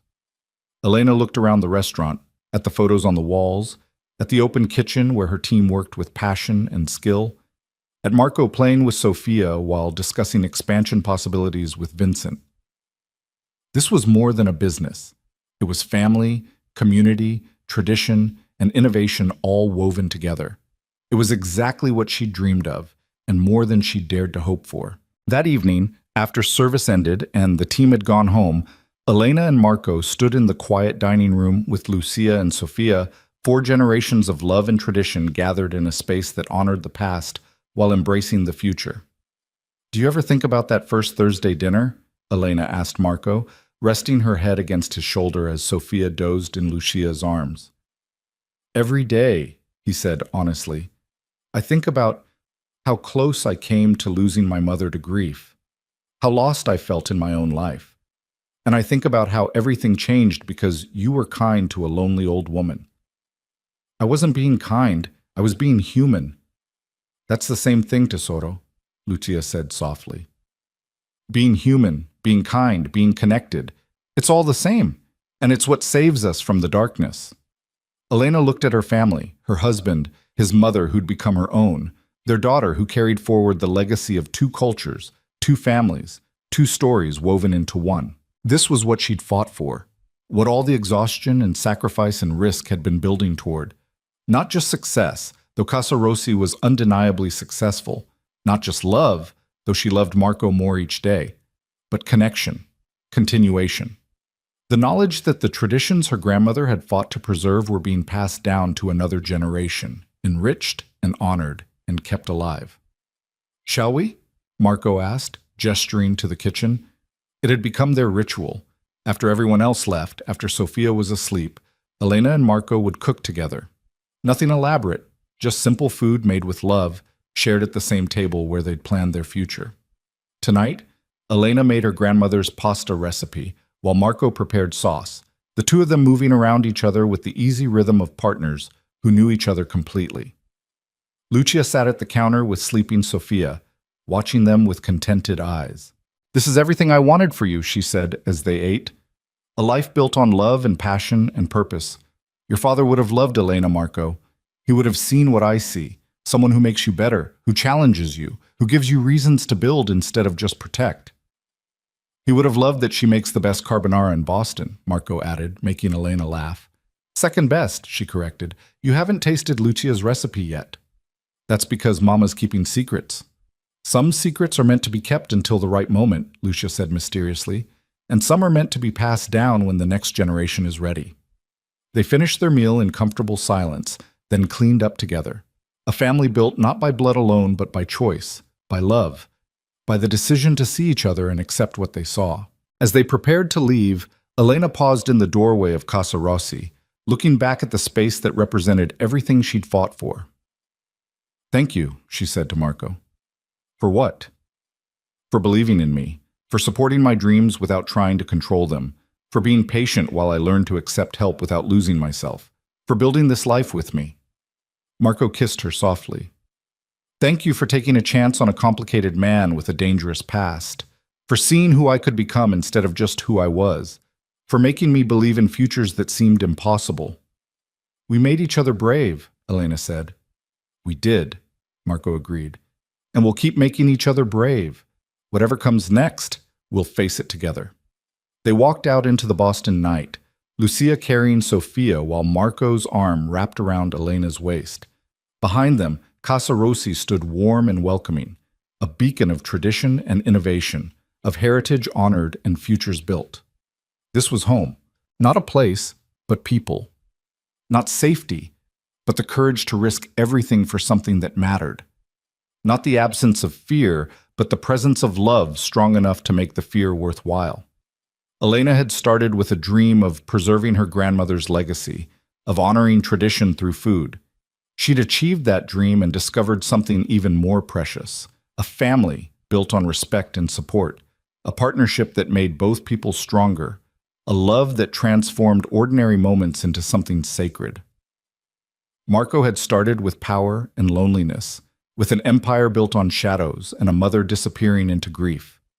He'd found purpose in Elena's passion, redemption in her belief, and a future worth building through her courage. Together, they had created something neither could have achieved alone, something that would last beyond them, carried forward by their children and their children's children. a tradition of love and food and family that honored the past while embracing whatever the future held. The city lights glittered around them as they walked home through streets Marco had once controlled through fear, now simply part of the landscape of their life. Somewhere in the North End, other families gathered around tables, sharing meals and stories, building their own traditions. And in that continuation, that endless cycle of food and love and memory, Elena's grandmother lived on. Not just in recipes and techniques, but in the choice to honor what mattered, to fight for beauty in a harsh world, to pass forward the legacy of connection that made life worth living. This was the story Elena had wanted to tell through Casa Rossi, the story of immigration and adaptation, of traditions preserved and reinvented, of love overcoming distance and difference. But it was also their story. Marco and Elena, two people from different worlds who found each other across a restaurant table and decided to build something beautiful together. They had succeeded beyond anything either had imagined possible, and they were just beginning.